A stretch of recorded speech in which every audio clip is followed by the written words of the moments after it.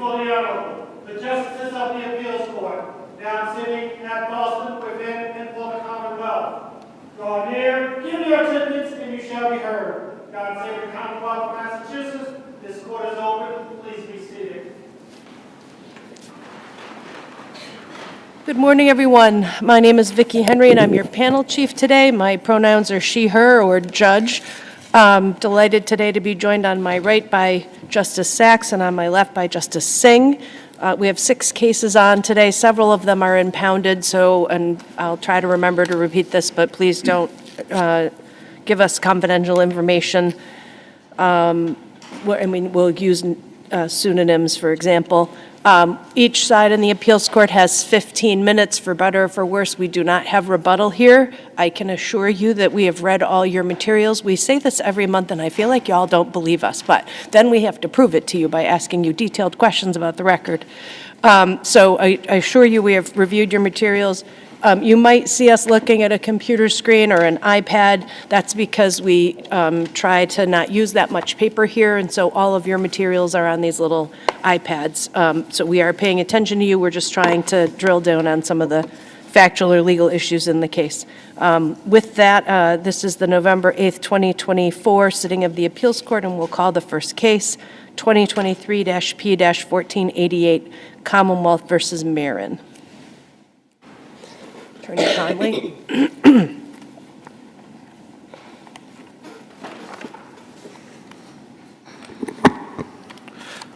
Good morning, Honors. May it please the Court, Alex Conley for Antonio Marin. Your Honors, I'd like to start with the Rule 36 issue. This issue basically boils down to what I see as 5 disagreed upon sections of time. There's a number of periods of time that are agreed upon, of course, but there's about 5 ones that I see that are disagreed upon. The first one is the first period of time, which gives rise to this estoppel issue. This is where Judge Nestor in the Lynn District Court had found under 276, Section 58A, that the time was not excludable under that statute. So, counsel, could I ask a question about that? So if we don't agree with you about that, can you still win on the Rule 36 issue? Is there still enough time? Yes, Your Honor. So basically that issue, the reason I would start with that is because that's the one that would be outcome determinative in any of, if only that one wins, it would win the whole case. The other ones, if any of the two of the other 4 issues, except for the last one, which is just the last 5 days, any 2 of those would also be outcome determinative, but it would need 2 of them combined. I want to make sure I understand. There seemed to be a disconnect there. You're saying if you win that issue, which is July 6th through November 23rd, if I'm not mistaken, then you win? Correct. That's about 140 days, Your Honor. And my calculation, looking at the math, I think the Commonwealth's suggestion that it would be that there's about 119 days that they. Trying to get the math. I'm not looking for the math. I just want to know if your position that if you win that. Okay. So then, aside from your estoppel argument that the one judge couldn't revisit what Judge Nestor did, do you disagree with the Commonwealth about the effect of the COVID order? So there's 2 aspects, 2 places where the COVID order comes into effect. First is the estoppel order, whether or not that is basically trumped by Judge Nestor's ruling and making that the law of the case there, as well as 1 continuance of the motion to suppress where the COVID order came into play. There was a continuance of the motion to suppress on July 22nd where the Commonwealth answered not ready for the motion to suppress because an officer was unavailable. But I'm asking about this first period, July 6th to November 23rd. Do you agree? Is the Commonwealth wrong about the effect of the COVID order in there? So the COVID order was effective at the time. I disagree in the sense that the judge could, make the redetermination, saying that even though one judge had already said the COVID order. Okay, so I said aside from the estoppel argument, do you disagree with the Commonwealth about the effect of the COVID order? Only in so much as that other issue where the motion to suppress was continued. So just those 2 issues. Other than that, the COVID order would take effect. If I'm understanding your question. Yeah. On the July 6th through November 23rd, do you agree that the COVID order told that if it weren't for Judge Nestor's ruling, that the COVID order would have allowed those 140 days to be excluded? Correct, I do agree with that. Okay. Thank you. Thank you. I apologize for the confusion. Okay, thanks. So that order, I think, is important. That order is important, though, because that is the most positive period of time. That's about 140 days here. I do think that the estoppel argument applies during that time because basically all the elements of estoppel would be met. I mean, it's the same parties, it's the same action, it's the same issue.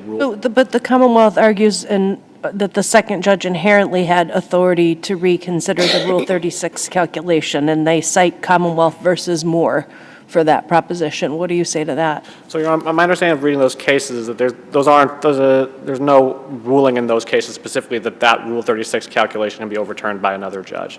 They're kind of dicta and talking about Rule 36 in general, and whether it's possible or assuming that they could, but it's never been ruled on. I think that there's never been a case that's specifically addressed whether a Rule 36 determination can then be changed down the line at the point of the motion to dismiss to avoid the harsh consequence of dismissal under Rule 36. I'd also know as far as there are exceptions to the estoppel argument, and I think the Commonwealth points to the justice being met and justice not being served by using estoppel to prohibit argument of an issue. I suggest that that's more of an issue of whether or not Rule 36 is justifiable. There's justice as to the harsh consequence under Rule 36 in general, which is dismissal of a case. It's a harsh consequence, but that's what Rule 36 does. Would you mind pulling the microphone a little closer to your mouth? Yes, on Thank top you. of this. An outside voice. Do you think that they're mischaracterizing Commonwealth versus Moore? You know, I don't think they're mischaracterized. Looking at their the argument in there, I believe they're saying that it's assumed in that case that a judge could revisit an argument. I don't know if that was the holding of it, though. It was assumed. Right. Okay. Does it make sense that if a judge makes a ruling and another judge later in the case, perhaps on further, consideration, more detailed briefing, says, no, that wasn't really right? Does it make sense for that second judge to say, well, I'm bound to let it go forward, and if the other side wants to appeal on something that I think they're right on, that's what they'll have to do? I mean, I think in general, judges are not inclined to reconsider another judge's ruling. I know they certainly have power to do so in certain circumstances, but I just think that here that judge at the motion to dismiss didn't really say she's not she's inclined to redetermine. She just said it doesn't apply, and she didn't really make any more specific findings than that. So wouldn't a good reason to reconsider is if you feel that another judge has been just wrong on a calculation? So I think usually the proper avenue to do that would be a motion to reconsider that would have to go first in front of that same judge, not in front of a new judge, because that's just the procedure that would be in play, and then maybe for more specific findings. And then I think Judge Nestor's determination was based on whether or not the continuances were based on COVID, and found that these continuances at that stage weren't COVID-based, therefore that's why the SJC order didn't apply. So I think he would have had to redetermine that, or have the opportunity to redetermine or explain further that issue. Looking at the next issue, which I think is the other big chunk of time here, is the discovery issue and the Rule 14 issue. Basically, what occurred here, as your honors are aware, is that there was a disclosure made at the first motion to suppress date as to some type of evidence. It was unclear what the evidence was, what the exculpatory nature of it was. Under Commonwealth v. Taylor, basically, I think that for generally this period to have counted against the defendant, there would have had to be some kind of finding as to that being the case by the judge. Instead, basically the judges just declined to act upon these motions. The council filed a Rule 14 and Rule 17 motion. Judge Allen, on the November 5th hearing, declined to act on them, saying, I think in practicality we're going to set this up for another hearing where the police department can be summoned in. But counsel did everything he could to try and get those motions acted on at that point, so it would be unfair to hold that time period against him. So did he say, no, Judge, I don't think we should do that? Sorry, Your Honor? When the judge said, you're characterizing it as the judge declined to act, but when the judge said, well, we're going to put this for a hearing, did the defendant say, I object, Judge? No, he did not specifically say he objected, Your Honor, but when discovery issues are in play, and it's an outstanding Rule 14 discovery, the Commonwealth, he can't be forced to choose between receiving that discovery. If he had objected, the court said, all right, waive the motion, you object, we're going to not give you the discovery because we don't have the police, we don't have anything to do with that, we don't know what the Commonwealth has, they haven't disclosed anything, we don't know, they're saying they don't even have it, maybe. He would have had to choose then between. Why would you have to choose? Why couldn't you insist on the time and still getting the discovery? He couldn't, he could have insisted upon the action on the Rule 14 motion without the judge saying that there was a Rule 14 issue, because the judge wasn't at that point willing to say, yes, this is Rule 14 discovery. So I don't think he would have had any other choice but to have the officer summons in. Perhaps it's a Rule 17 issue, and I think Taylor kind of talks about this in more length about the issues, about when it's discovery issues, the judge has to make some kind of finding. And I think the judge would have had to say, if she's going to want to continue the case for this period of time because of a discovery issue, which she thinks is Rule 17, although counsel is clear he thinks it's Rule 14 on the record in that date, there would have had to be some finding that the Rule 36 time is told for that. I'd move on to the motion to suppress issue as well, Your Honors.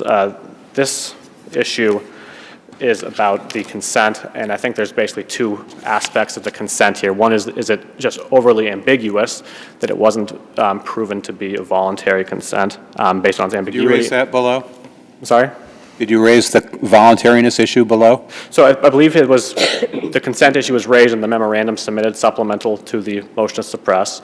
The judge didn't make a finding on voluntariness other than saying that Miranda was given. Where was it in the supplemental memo? I didn't see it there. This is the memo at Record Appendix 42 through 47, 45? I may have one moment, Your Honors.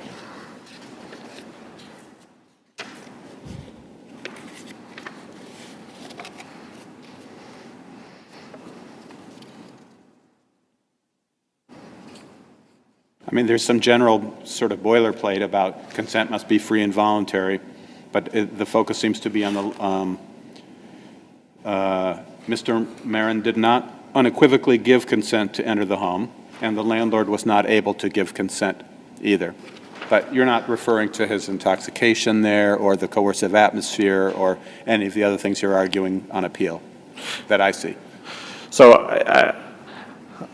my recollection is it was either raised somewhere, maybe not specifically in that memorandum, if not an argument, but in any event, and I'd have to go back and look through the transcript to see how the argument was posed specifically, but the consent issue itself was raised, and the consent issue is what the judge made the determination on, and where the Commonwealth bears the burden of showing voluntary consent, that still comes into play. So if the defendant says the firearm is going to be in the backyard near the tire, how can you construe that other than an implicit? When you get there, the firearm is going to be in the backyard near the tire. So, Your Honor, I think that's kind of gets controlled by Commonwealth v. Rogers, where the court held that the person being asked, in that case, actually asked specifically, where is this individual? The individual points to the kitchen. That was not consent to go into the house and search the kitchen. So it has to be unambiguous. It has to say. But here there was no question to the defendant other than if you want to say anything, you can. I mean, it was just not really much of a question. Which not about like where's the gun or you know, what were you doing earlier, anything. Well, I think that makes it even more ambiguous, Your Honor, because now there's no question posed. He's just being asked about, not being asked about anything, but just saying there's a gun here. That's not saying, here, go search this area. So what else could he mean? Why would the defendant say the firearm's going to be in the backyard near the tire if he wasn't implying that they could go look there? Is he saying the firearm's going to be in the backyard near the tire, but you can't go look there? Well, I think that the consent has to be affirmative, not just implied based on the totality of the circumstances to say, well, it could be consent because he has no other reason. There has to be showing, again, the burden's on the Commonwealth to show he actually consented to a search. And just say, well, pointing is enough, this is already like Rogers disclosed. And then, again, talking about Rousseau a little bit here, trying to compare that case, the big difference there is that it's a car versus a home. And here the judge found it was in the curtilage of the home. To just say, here's something in my home, doesn't mean you can search my home just because I'm telling you something's in my home, inherently. You never know why the police might want some of that information, but I don't think it inherently gives the right to consent to search it just by saying there's something in my home, and therefore you have to have the right to search it.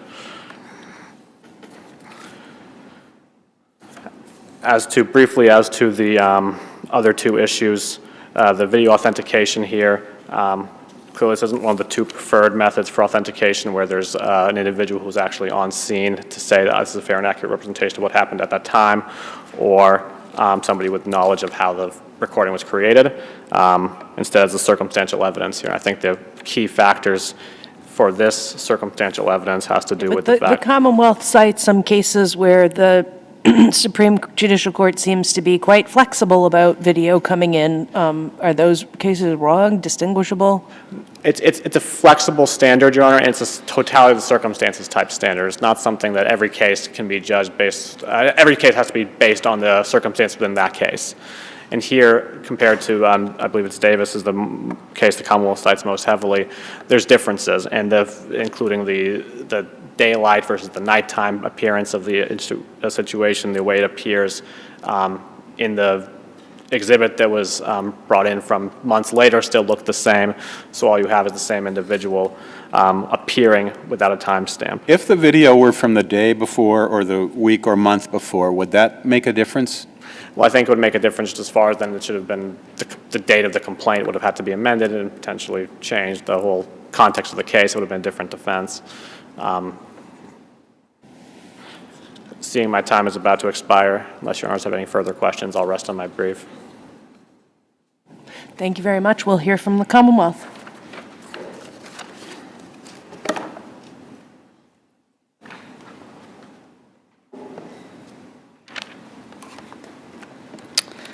Good morning. May it please the court, Jennifer Cohen for the Commonwealth.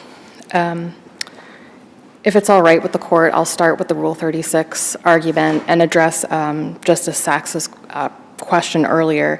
Does it make sense that reconsideration can occur in this context? And I think when we're on the road to trial, being able to reconsider earlier rulings is very important. It's important to both parties. I can envision a scenario where one judge decides a motion in limine based on a proffer, and at trial, the testimony that comes in is very different than what was represented, and it would be... Is the Commonwealth willing to both live by the sword and die by the sword? Because you could have a judge turn around. The parties have been, you have one judge who says, no, this is not going in the Rule 36 calculation, and then another one judge says, yeah, that was wrong, and the case is dismissed. You're okay with that? I mean, I think that... both ways. I'm okay both ways, because I do think that had the outcome been different here, then perhaps the Commonwealth would have chosen to appeal the ruling if the motion, or if there had been a dismissal. Right, but if the issue is inherent authority, it seems like if they have the authority, then it can cut against the Commonwealth. I agree, Your Honor. I think that's correct. Okay. And I suppose in my other hypothetical, I was imagining that could cut against the Commonwealth just as much as it could affect the defendant. Do you see any difference between a Rule 36 situation where parties have relied, for example, because, let's say it's an early part of the case, and then the parties rely, so the Commonwealth, for example, is not pushing that hard because you think the period doesn't apply, but motions in limine are a little different from that. Sure, they are, Your Honor, I agree. But I would say that in the situation where the matter was first discussed, I do understand that Rule 36 controls the calculation of time on 276, Section 58A hold, but I think the calculation was done in relation to releasing the defendant from custody, and I think had the issue been dismissal at that time, perhaps the Commonwealth would have proceeded differently, where the SJC had already ruled that a certain period of time was told. Do you think the defendant's right that it should have been the Commonwealth making a motion to reconsider and going back to the original judge? I think in these, no, I disagree. I would say that inherently this was a motion to reconsider. This was a proper application of a rule from the SJC that had no discretion attached to it. So I think in this situation, where the trial judge deciding the Rule 36 motion properly applied that rule, I think there was no need to send this back to the hearing judge. As a matter of practicality, if you were to file a motion for reconsideration, do you submit it generally to the court and it's the court who decides which judge hears it? Or is it incumbent on the lawyer to indicate which judge should hear it? I think that, well, I would say typically if that's done, I think the court, in my experience, does, if something is filed, the court does try to locate the judge that made the decision and arrange for a time for that judge to hear it. I think this sits on different footing as well. We're on the day of trial, and where, again, the SJC ruling was involved. This wasn't a discretionary decision that, I think where it was a clear rule, it was unnecessary in this situation to file and have Judge Nestor hear that motion. So it's a clear rule, but it still depends on a particular judge's interpretation. Well, I guess I disagree that it depends on the judge's interpretation, because this isn't a discretionary decision. This is a hard and fast rule that was, with all due respect, incorrectly applied by the judge at the earlier hearing. So I think here, where the time shall be told, it was unnecessary to send this back for Judge Nestor to make that decision. I will turn Is there quick. any scenario here for the defendant where he's saying, I relied on it, and that's unfair? I think that he did rely on it. I think he did get a benefit from this, and that he was released from custody. I think the Commonwealth could have, but didn't appeal the order, where, I'm sure I'm going to pronounce this wrong, but Luigi was already a decision made by the court.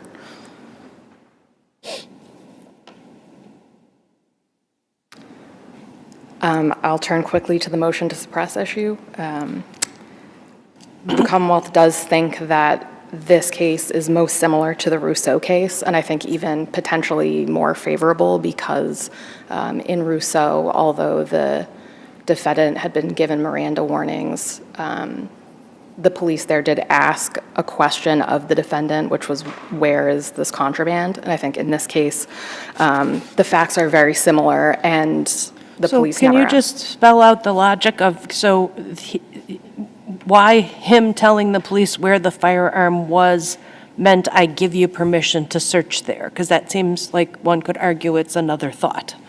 Sure. So I think there is an implication there where, again, police haven't asked a question of him at all. They're not waiting for him to say anything. He might say nothing. I think where you give the exact location of a thing in the way that this defendant did, I just think there was an implication there that there was consent to conduct the search. And I think it's different from the cases cited by my brother. I think Heath and Rogers especially can be differentiated, where it was a knock on a door, no Miranda was given, the person answering the door had no idea why police were there, it was very early in the morning, their weapons were drawn. I think this case is very different. So if he had just said, I live in the trailer you were searching, would that be an implication that they could search? No.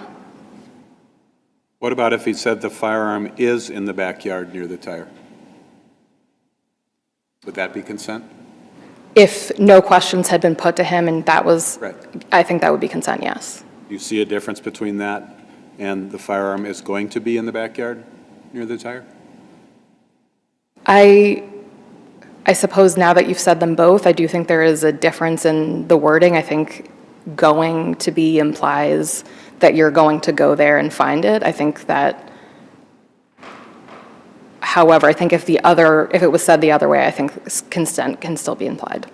Do you think the issue was, the issue of voluntariness was waived, at least insofar as it involves intoxication, coercive atmosphere, being surrounded by 7 officers?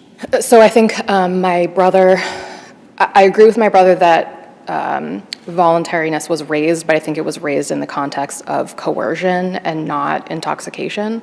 I do think that in the judge's decision, she clearly said that the consent was voluntary, and I think that while I wouldn't dispute that the evidence showed he may have been under the influence at the time he spoke with police, he walked calmly up to them with his hands up. The officer testified to bloodshot eyes, slurred speech, and I think that's not enough to say that this defendant couldn't have voluntarily consented. So if the defendant had been found with, say, a package of drugs, and he said, yeah, there's more at my house, is that consent to search his house?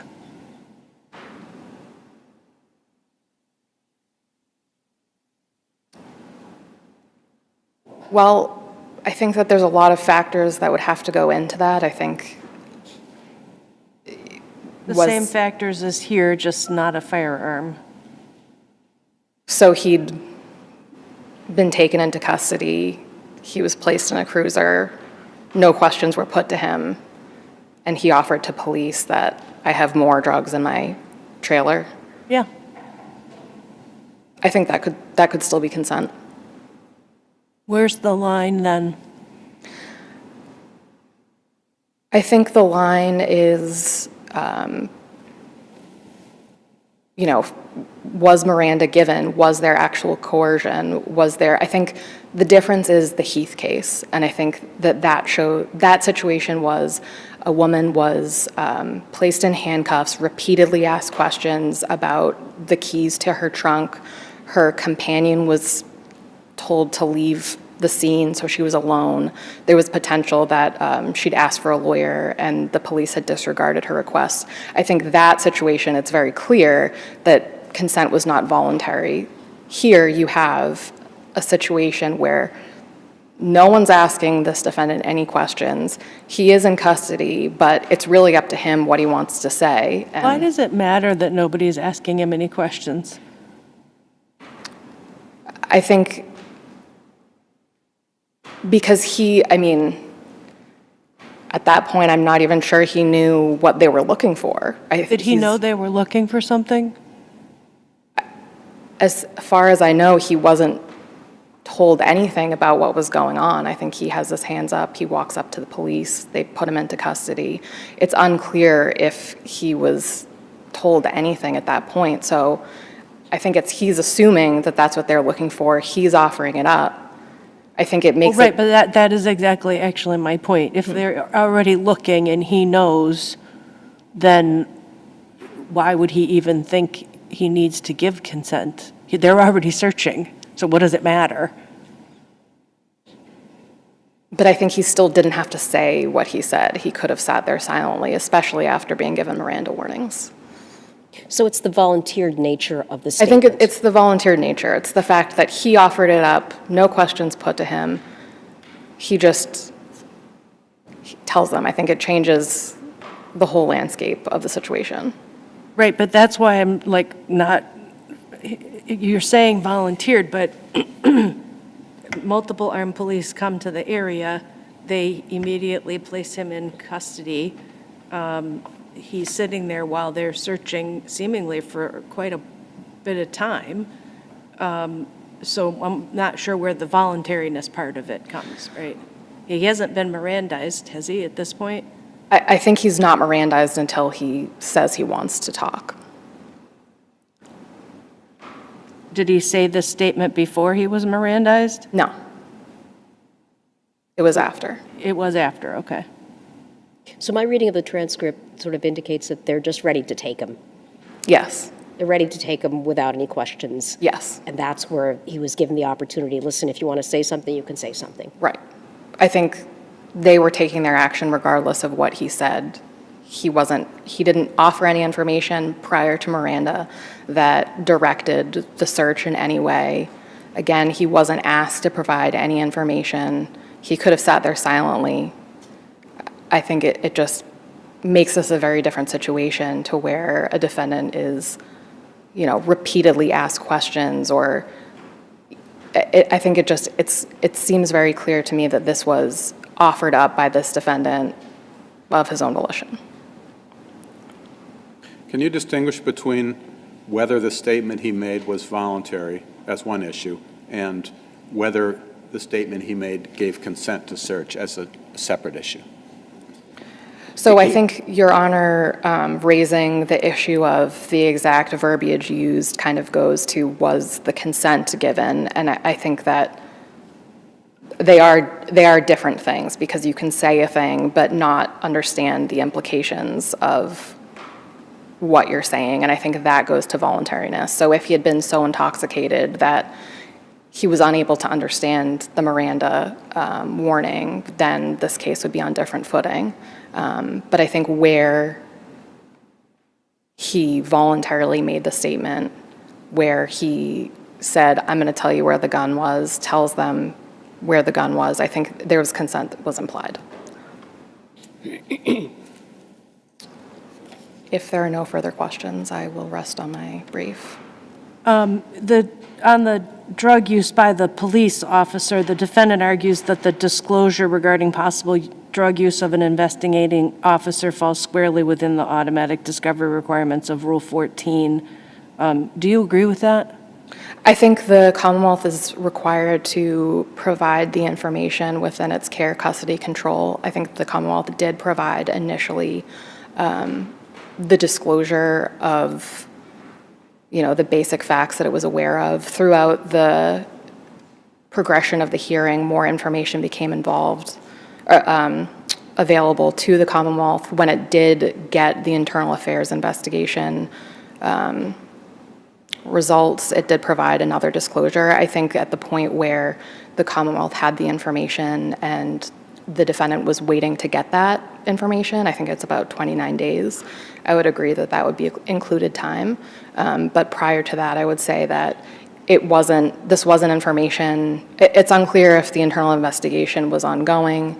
And I think at the July 2021 hearing, the defense raised that it was aware it should be filing a Rule 17 motion and should file that in advance of the next hearing so that a representative of the Lynn Police Department could be present. So I think where it was acknowledged by defense that that was the course of action that could and should be taken, and then that wasn't done until months later, the defendant shouldn't get the benefit of claiming that that time is included, where he didn't press the issue. Just briefly on the sufficiency issue, can the Commonwealth do better with a witness from the DC just than, is there a record? I mean, I think as time goes on, it will be perfected, but I think that that was definitely enough information to satisfy Lattimore. Even without a statement as to how long the history went back? I think that it would have been helpful perhaps to have that, but I think where it was clear the testimony was there was no record, and I think I acknowledged that it was the way that the information came in. The witness testified to the application process and not necessarily whether or not the approval would be in CJIS, but I think the testimony that she gave was enough to show that there had not been even any application for a license, let alone one granted. Would the better practice be to just ask the witness, did the defendant have a license on XYZ date? Oh, of course. I mean, I think that I'm sure as we go along, we'll have a better roadmap for exactly what needs to be asked or the best way to ask things of a witness. But I think in the early days, I think this satisfies the standard nonetheless. Okay. Okay, thank you very much. Thank Case you. is submitted. Our next case today is 2023 P 1425 Commonwealth versus Charles Crump.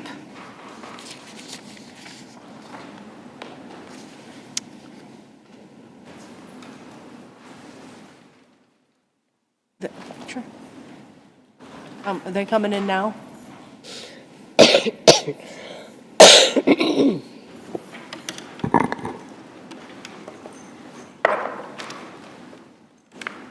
Just hang on a second.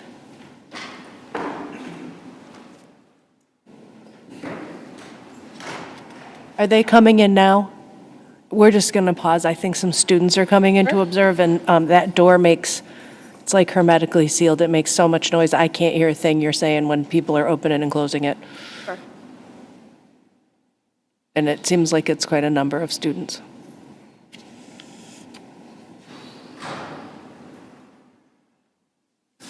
All right, why don't we start, and then when they come in, we'll just stop. Great. A pause. Okay, thank you. Good morning, Your Honors. May it please the Court, Elizabeth Simonian for the Commonwealth. Today, the Commonwealth respectfully requests that this Court reverse the motion judge's order allowing the defendant's motion to withdraw his guilty plea.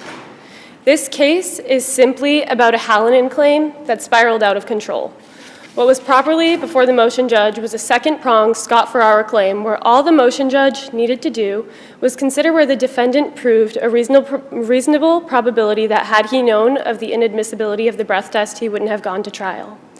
Instead, the motion judge considered the defendant's supplemental claims that he filed on the day of the motion hearing and apparently allowed the defendant's motion based solely on those claims that were waived and where the defendant failed to attach affidavits. Why aren't those proper considerations on a Hallinan motion? Just as in the drug lab cases, we look at whether there was a substantial ground of defense that could have been pursued. Why isn't it relevant? Why wouldn't it be relevant that the defendant might have pled based on the seemingly irrefutable evidence of the breathalyzer, even though there was a good motion to suppress and even though there was a good possibility of impeaching a witness? But once the breathalyzer fell out of the equation after Hallinan, the defendant has these other grounds to pursue.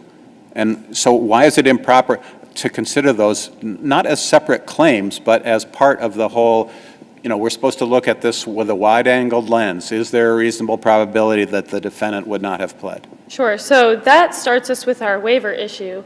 These claims were known or knowable to the defendant at the time that he filed his motion in October of 2022. So here, this 30C2 has two built-in exceptions to it. Okay, so if we don't agree with your waiver claim, Sure. then these were proper ingredients for the judge to consider. And if the defendant hadn't raised them here, could the defendant then go back and file another motion to withdraw a guilty plea that did raise these issues? Well, I would argue that that takes us into the failure to attach affidavits here. If the court disregards the waiver argument, the major issue here is that the defendant did not aver there's no substantial issue before the court here. There was no substantial evidentiary showing. We don't have affidavits. Well, let me put it this way. The original affidavit that was filed with the original motion is silent on both of those supplemental claims. The only issue that is properly before the court is based on the breath test evidence, and then the defendant raised a medical defense. However, that we need the affidavit where we have his original affidavit, and because any sentient being could consider that he had a possibility of a motion to suppress and also the police misconduct. Yes, but the baseline requirement here is that the defendant aver an affidavit. Okay, but let's just take the Trooper Church issue, right? Because none of those facts are in the defendant's control. Whether Trooper Church committed overtime fraud or whatever, there's not one thing that the defendant's affidavit can offer on that. He could offer, okay, we're letting the students come in. If you can't hear me, you just let me know, but they're being very quiet.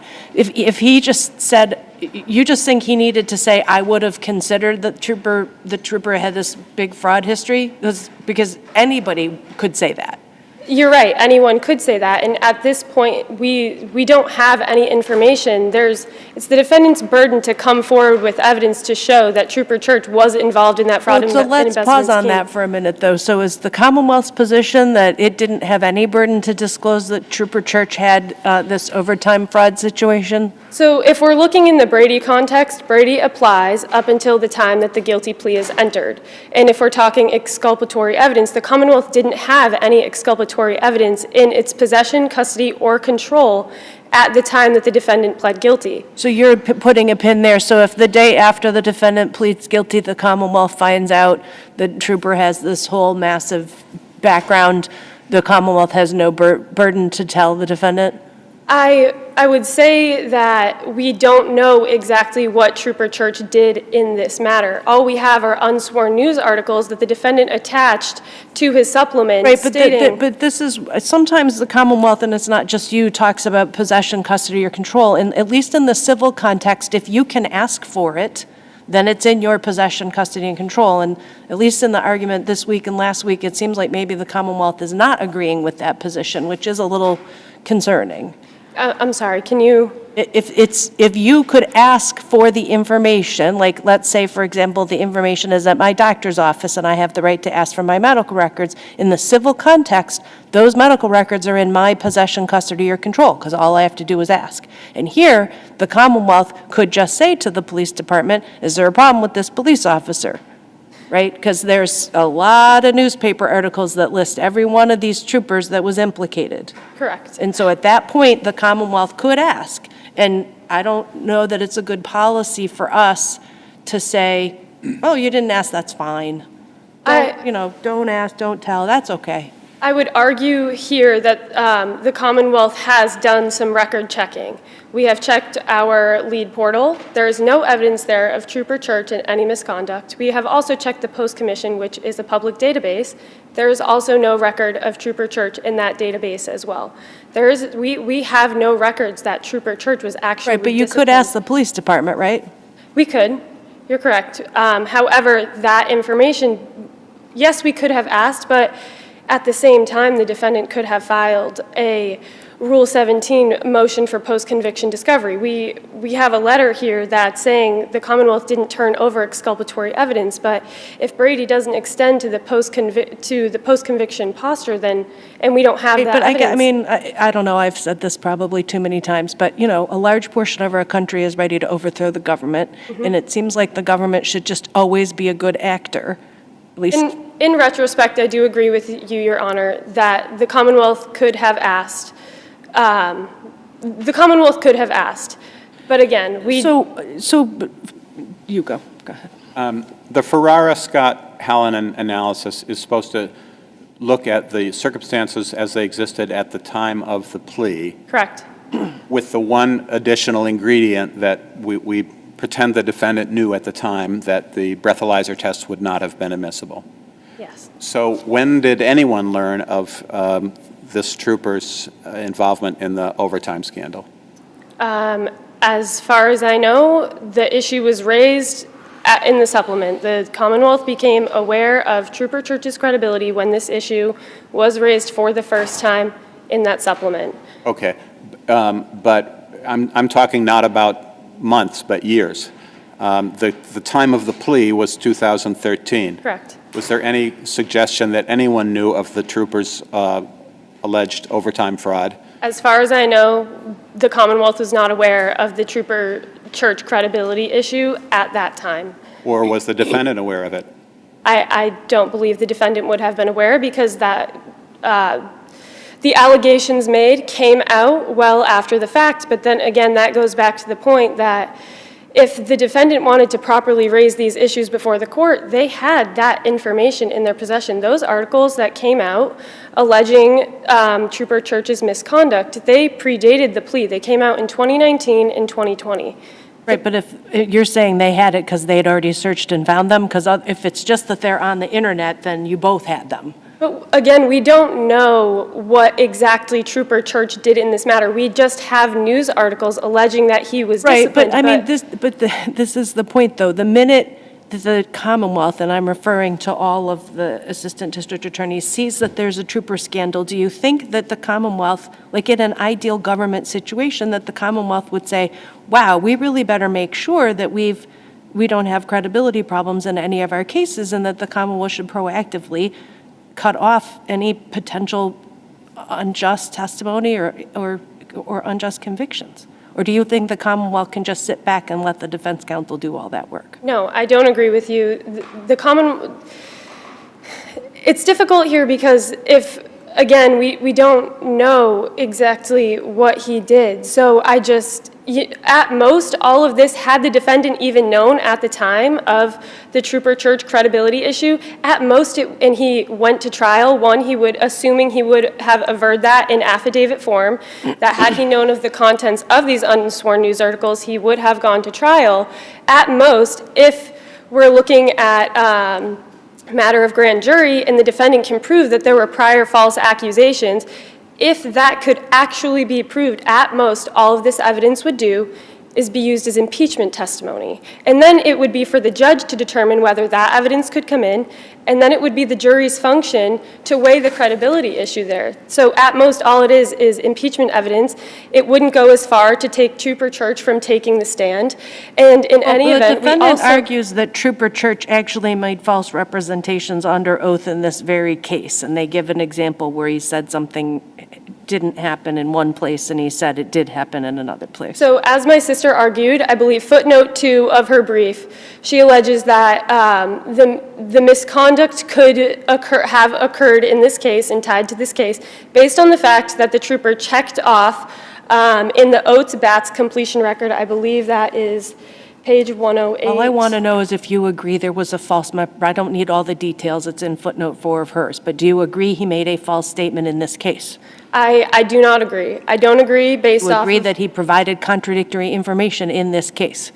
I would like to argue that the fact that the trooper checked off that he observed the defendant driving in that Oates-Batts completion record, and the fact that the trooper said he didn't observe the defendant driving in his police report, driving and operation are synonymous with each other. If we look to the cases where you're looking specifically to the element of operation, operation can be proved by the fact that the defendant was still sitting behind the wheel, which the defendant in this case was still sitting behind the wheel, the keys were in the ignition, and the car was still on. That is enough to prove operation. And the defendant came forward, he admitted. But observed, the Oates form or the Batts form says observed driving. Maybe he could infer driving from the fact that from all the circumstances when he came upon the accident, but he didn't observe it, did he? No, he didn't directly observe. So would you agree that there's a contradiction between Yes, I do agree with you. Was the Batts completion record under oath? As my sister alleges, it is under oath, and based off the rule that she cited, it is under oath. But again, that would go to a credibility issue. Okay. So I don't believe that No, it's not. It's looking at Record Appendix 103. It's not under oath. Okay. So then here I can see. That contradiction, it really wouldn't make a huge difference in this case. Again, the defendant, assuming we went to trial, assuming the defendant had averred an affidavit form that he would have gone to trial had he known of this alleged misconduct, had the defendant found exact prior false accusations, that's stacking inference upon inference here just in order to get to that point. Changing gears for a minute, you two are just slugging it out over who waived what, right? Mm-hmm. But you're all arguing waiver. So the defendant argues that at no point in time did the Commonwealth request to present any witnesses at the hearing or offer any further evidence. Do you agree with that? I would say here that the waiver issue was raised at the hearing, specifically because the Commonwealth cited 230C2. No, this is a different. Are you talking about the affidavit Did the argument? Commonwealth ever say, Judge, we need to present some witnesses or evidence? No, however, the judge did say he considered all of the pleadings here. So based off of the judge considering the pleadings, he would have known the Commonwealth's position here. Did the Commonwealth ever object to the defendant's alleged new claims in the supplemental? Did the Commonwealth ever say to the judge below, hey, there was no affidavit from the defendant in this supplemental memorandum? Not specifically at the hearing, but again, in the record appendage. Well, I know, but live by the sword, die by the sword. So if you want to claim waiver harshly, then you're going to live with waiver harshly. If you want to be a little lax on waiver, then maybe you get the same, but it's, I would argue that the can't have Commonwealth two standards. didn't get the opportunity to raise that. Looking at the trial transcripts, it's clear that the judge was considering those supplemental claims. So the defendant argues that even if we were to agree with you that new claims were raised in the supplemental memorandum, they can't have been waived because they were raised within the litigation of the first Rule 30B motion prior to any judicial decision. What's your response to that? Sure, so we can either look at this supplement in one of two ways. It's either an amended motion. In that case, the affidavit was required to have averred something based on those supplemental claims. So if we look at it there, it fails because the affidavit is silent on those issues. If we look at it as a second motion for a new trial, then it fails because not only were the claims waived, but there is no affidavit attached to that supplement saying anything about these supplemental claims. So I would disagree that it's within the litigation, but it would have to be classified as either an amended motion or it would have to be classified as a second motion for new trial. And in fairness of time, if there are no further questions, I would like to rest on the briefing. I did want to ask, Sure. Once the defendant files his motion to withdraw the guilty plea, does the Commonwealth have any renewed discovery or automatic discovery or a Brady disclosure obligation at that point? I'm not talking about in the 8 years between the plea and the motion, but I'm talking about after the motion is filed. After the motion's filed, no, I do not believe that the Commonwealth has an obligation there to provide that. Again, we don't have specific exculpatory evidence. The defendant can claim that there's exculpatory evidence, but it's their burden to come forward. Let's say the Commonwealth did have it. Let's say the Commonwealth, that your office knew that Trooper Church's credibility had been seriously called into question because of this overtime scandal. Mm-hmm. Would you have had an obligation to disclose that to the defendant once the defendant woke the case up by filing the motion? I would argue that Brady doesn't apply post-conviction. You really want to take that position that the Commonwealth, who has a duty of candor to the court, doesn't have an obligation to provide Brady information in its possession once the defendant calls into question the validity of his conviction? If we had that specific evidence, then maybe it would be different.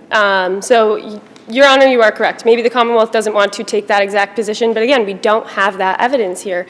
So if we don't have anything to turn over, the defendant needs to come forward. It's their burden to prove this motion for new trial. They did not do that here. They just attached unsworn news articles that claimed there was misconduct, that claimed there was discipline, and we have done our due diligence to check the proper databases to find whether Trooper Church is in there, and he's not. So we just have these news articles that are hearsay, which they don't tell us anything other than that he was involved. We checked. There is nothing that we can find that this trooper was actually involved in this scheme. And I would also say the trooper wasn't involved in that scheme at this time. He was doing his job. He wasn't inflating overtime hours because he was on the road. He pulled up to the defendant who had crashed his car at the scene, so he was doing exactly his job here. So thank you, and again, I would request that the court reverse the motion judge's order. Thank you.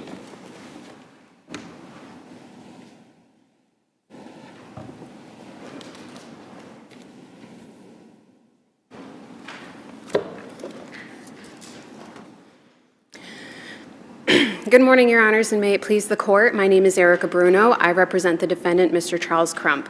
I do just want to start by saying that all the Commonwealth had to do to discover any Brady evidence, if Trooper Church was involved at the time, was have a conversation with their own witness. Trooper Church is their own witness, and there were no conversations, no disclosure of any information. But I'll also reach back. Assuming they did that, what if he invokes the Fifth Amendment? Then I would say, Your Honor, that that was something that the Commonwealth was obligated to disclose to the defense. In this circumstance, based upon what was raised in regards to Trooper Church's credibility, it was properly considered by Judge Gross. Now, we have the Hallinan standard setting forth the Scott-Ferreira analysis.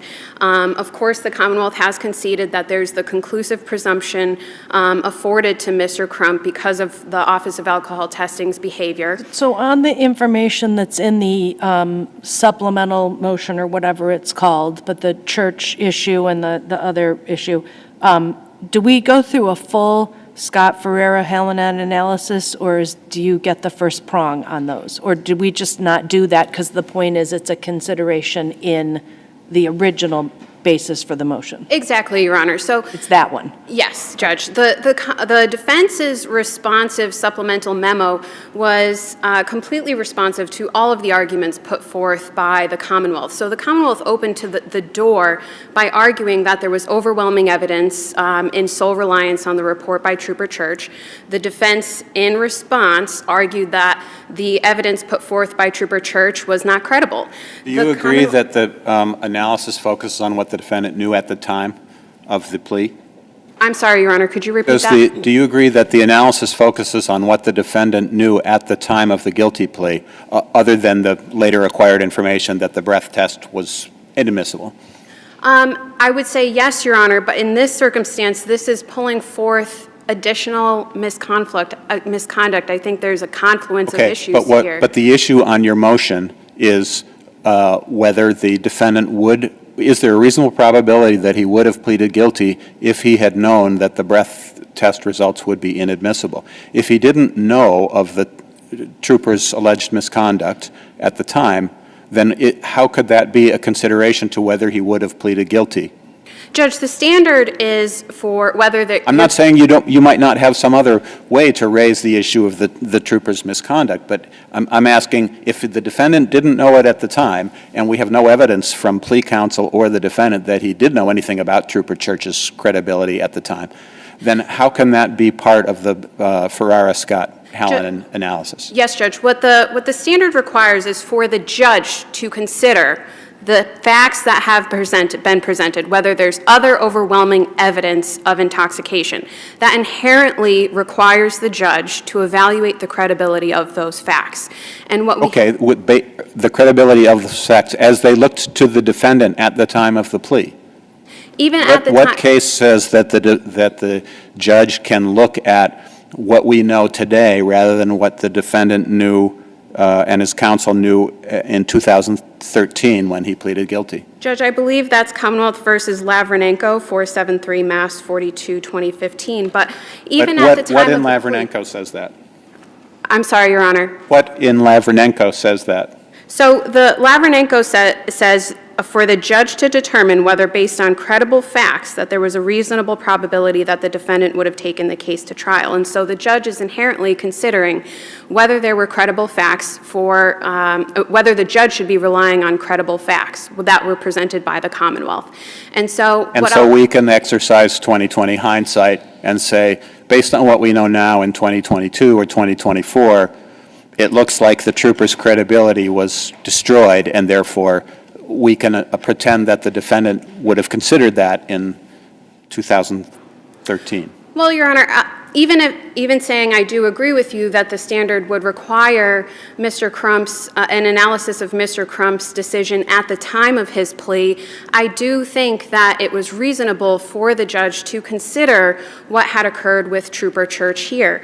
What the defendant has presented is reasonably reliable evidence of a lack of credibility from Trooper Church. And so what I would say to that is essentially that the judge properly considered all of this, even under the Hallinan standard that was presented. Does that answer your question, Your Honor? No, but I don't know that there's a better answer that I can imagine. Sure. I don't see how the judge can...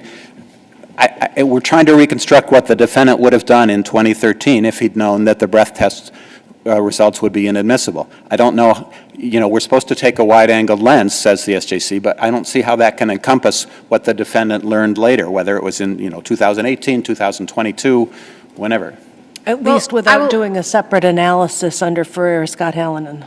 Yeah, and maybe having an affidavit from the defendant and his plea counsel saying, well, we had this knowledge of Trooper Church's credibility or lack of credibility, and we thought about the motion to suppress, but we didn't pursue those because we thought the breath test evidence was fatal to our case. Now that we know it isn't, the credibility and the motion to suppress issues would have been good reasons for us not to plead guilty and to go to trial.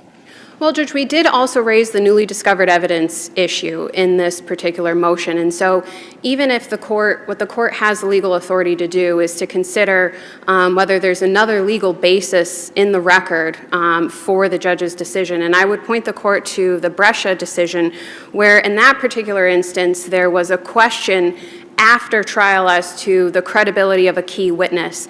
And so in that particular case... The defendant himself.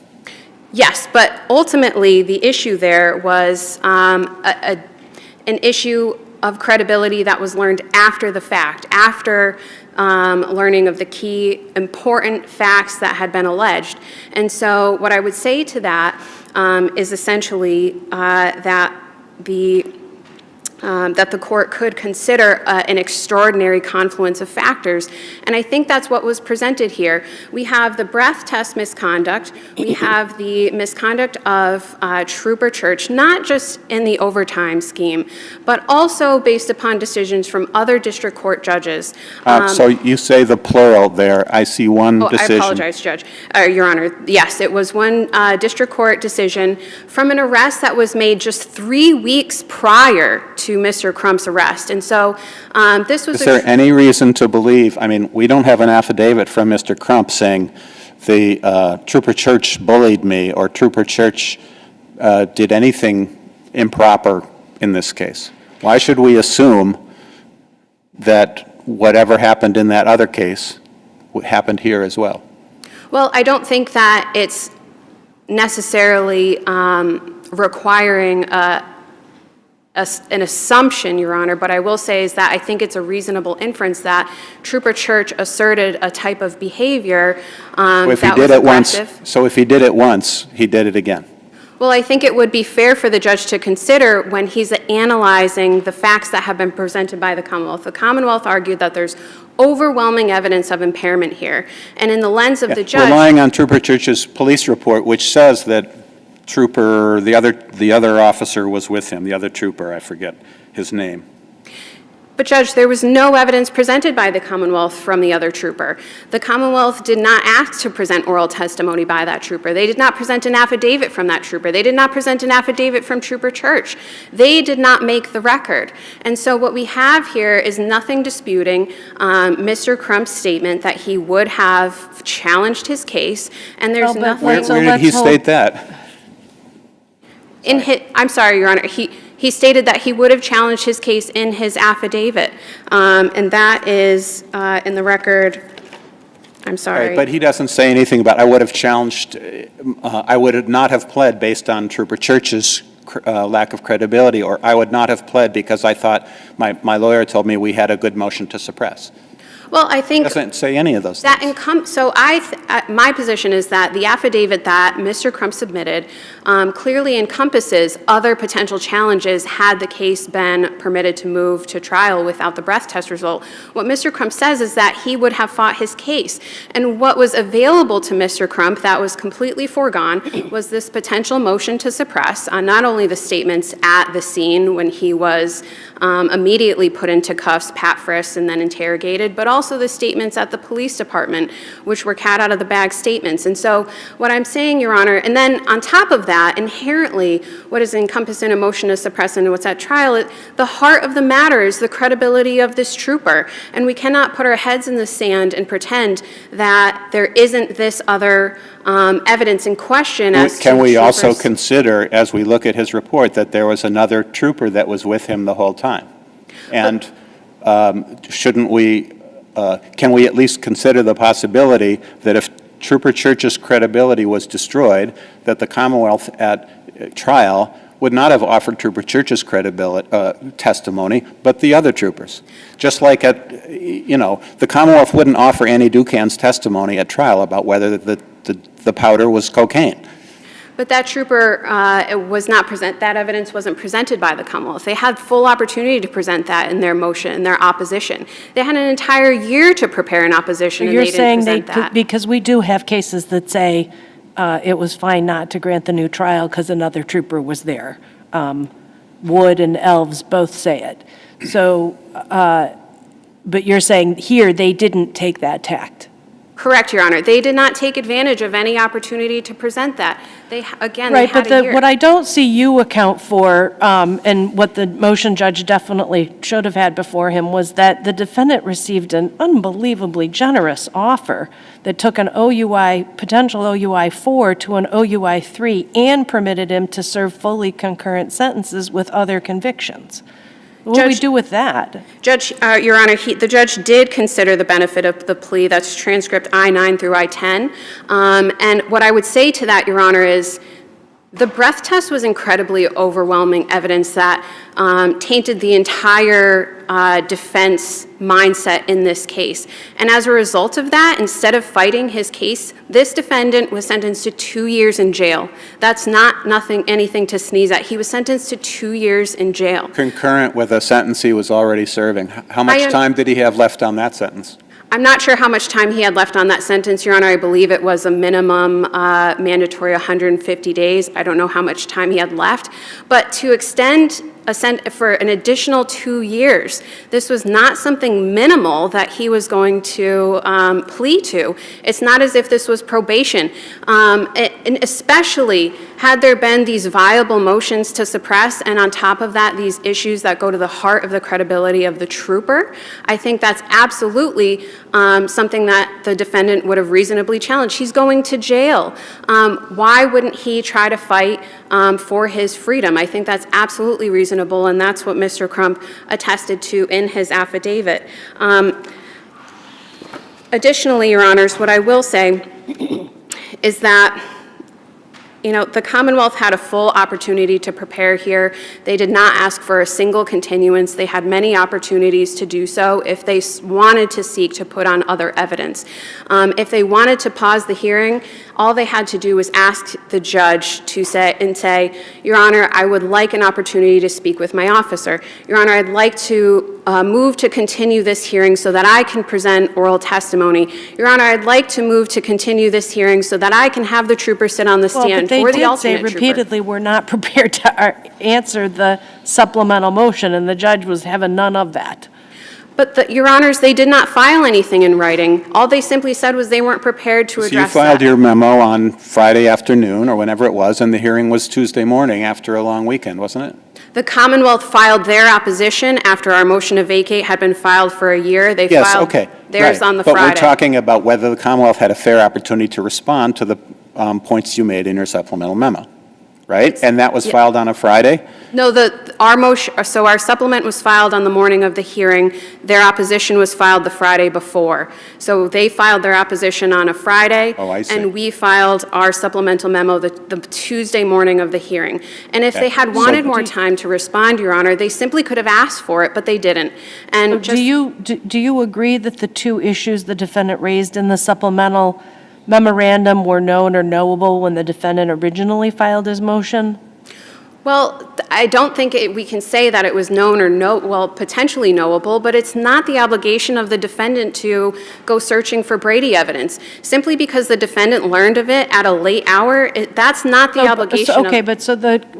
Do you think that the Commonwealth's Brady obligation stops once the defendant is convicted? We can put a pin in whether it restarts. But do you agree with your opponent that it stops when the defendant is convicted? Absolutely not, Your Honor. I think that would be a very serious miscarriage of justice had that been the standard. And do you have a case that says that the Brady obligation lasts after the conviction? Your Honor, I don't have a case that speaks to that, but I'll just speak to the broader history of the Hallinan decision. Is there a case?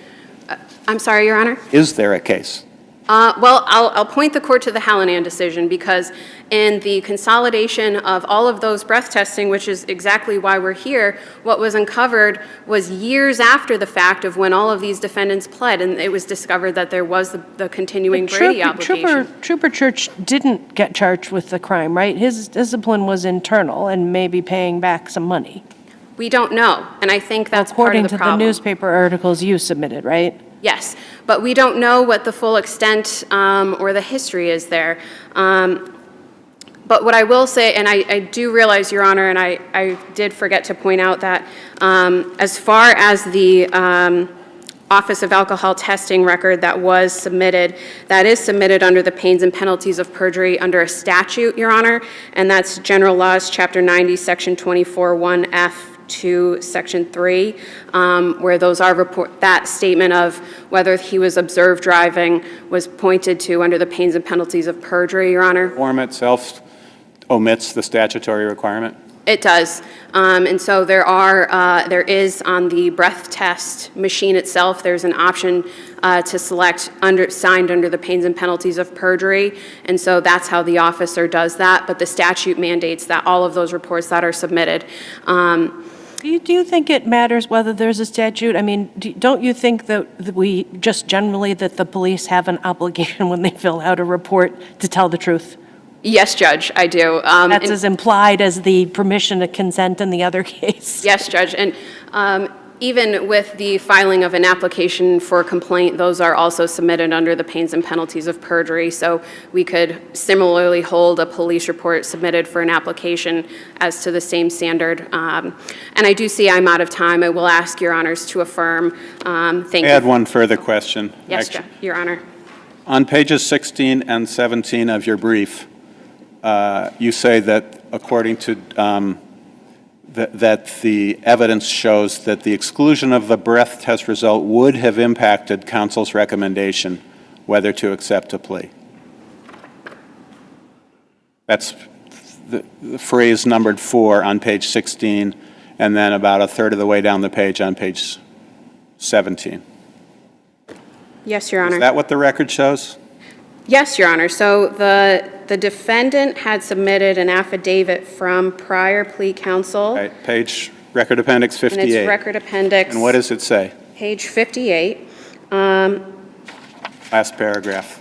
Yeah, it seemed like you were overselling that because he says it may have changed. So certainly, he says that it may have changed, but the problem here being is that we can't speculate as to going back in time exactly how any trial counsel would have made their decisions. Okay, but we rely on what he says in his affidavit, and he says it may have affected my advice. So how can you say in your brief it would have affected his advice? Well, even if it may have affected his advice, Your Honor, I think that the exclusion of the breath test result in any reasonable trial counsel's view of this record. I'm not asking you to make an argument on the merits. I'm asking you, please, to accurately characterize the record I apologize, in the future Your Honor. and not to overstate it. I apologize, Your Honor. Thank you. If Your Honors don't have any further questions, I'll ask that you affirm, and thank you. Thank you both. We understand your positions and the case is submitted. And since we're cautioning counsel, I'll just say this was directed to the Commonwealth, but in the addendum, you provided an order on appeal that was handwritten, and our rules require that you have that typed up for us. It was fine in this case, but sometimes it is very difficult for us to tell what the order said, particularly when they write sideways. Thank you very much. Vigorously argued on both sides. Yes, definitely. Nice job, everybody. We're going to hear our third case of the morning, and then we'll take our mid-morning break. Case is 2023-P-0568, Commonwealth versus Cotto, or Cotto.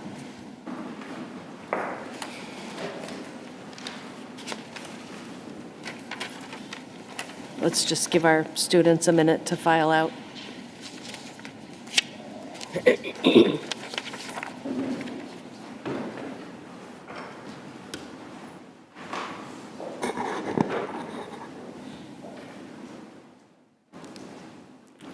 Good morning, Your Honors. My name is Attorney Carl Suchecki. I represent Rishanet Cotto in this matter. Rishanet Cotto was involved in a car accident. She was convicted of negligent operation of a motor vehicle. And it's our contention, Your Honors, that the Commonwealth did not prove that. Ms. Cotto that day was driving. She said that it was a clear day. There was no impediments. She was not on her cell phone. She was driving, taking a left-hand turn. She had a green light. And as she entered the crossed over the line, she, unbeknownst to her, a pedestrian, she hit a pedestrian. She didn't see him, and apparently he didn't see her.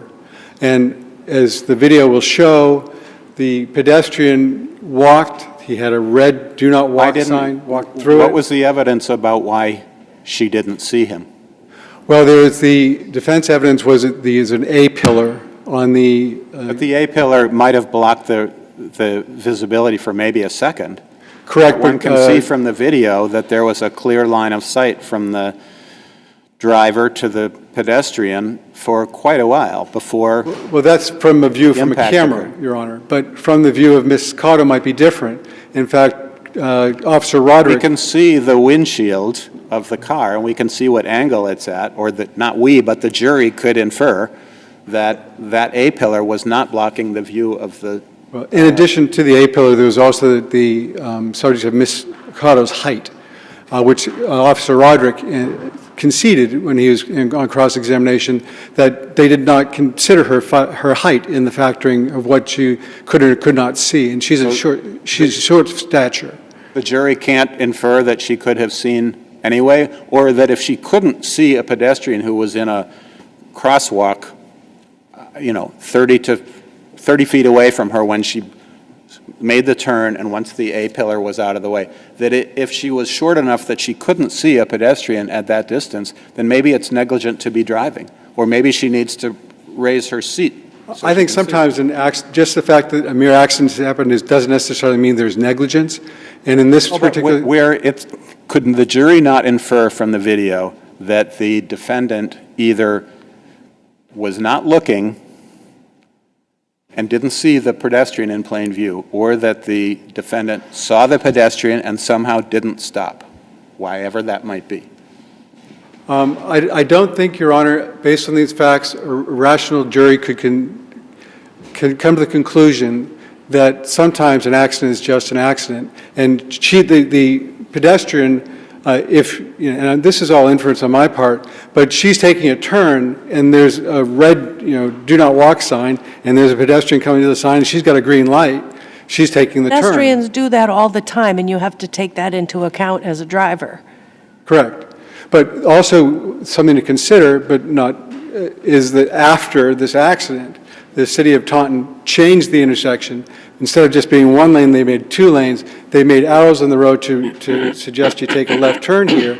And in fact, one of the reasons why the officer gave her a ticket that day was he thought that she should have, or felt that she should have moved over to the left lane to turn, and she didn't. So she took the turn wide. You mentioned in your brief that the investigator had taken some pictures from inside the car of a pedestrian outside the car. Were those photographs entered into evidence? I can't answer that question. I don't know. Okay, because I didn't see them in the appendix. Yeah, I don't know, honestly. Okay. So but the Commonwealth argues basically that you can see on the video that there's a period where she's heading almost straight at the pedestrian, and nothing in the windshield would obstruct her view. That is one view of that video. And if they're right about that, doesn't that mean that we need to affirm? I would not say that, Your Honor. I think in this circumstances, Ms. Cotto, by her own testimony, said she was in shock when she saw the pedestrian, the crosswalk. She had the green light. He walked on a red "Do Not Walk" sign. There were no left-hand turn markings. There was 1 lane, not 2. There was no arrow and no street markings. And she wasn't speeding. The officer was very clear. She in fact was only going 13 or 14 miles an hour. Exactly. She was not speeding. All right, well, let's assume that it was all on the pedestrian, that she hit the pedestrian, but why can't the jury say, holy smokes, she took 70 feet to stop. If she'd have stopped on a dime in like 25 feet, he might have lived. At the same time, she was in shock. So what she could or could not do, I don't know, based on her stature, whether she could do things in that way as quickly as possible. But there was no evidence that she was speeding. She wasn't aggressive. She didn't cut anyone off. The citation only came about after the pedestrian died, and they did the reconstruction. Why does that matter? Well, just by the sheer fact that they didn't see worthy of giving a citation for her on the scene, they evaluated it and moved on. And then only after he died did they revisit and reconstruct things. So it's just because it's negligence doesn't necessarily mean because there's an occurrence of an accident that it's negligent. And negligence is the failure to exercise a degree of care, vigilance, and forethought that an ordinary person would use with caution and prudence. And it's our contention, Your Honor, that Ms. Cotto used caution and prudence. Unfortunately, there was a tragic accident. Unfortunately, and you could see just by the nature of what the town did after the fact, there was a problem with that intersection. They fixed the problem with the intersection. When you have a contributing factor, but not as contributing negligence, but just a fact of the case, the man, if you actually see the video, kept walking, did not pay attention, did not look either way, and it's just a matter of they both messed up, and unfortunately someone died.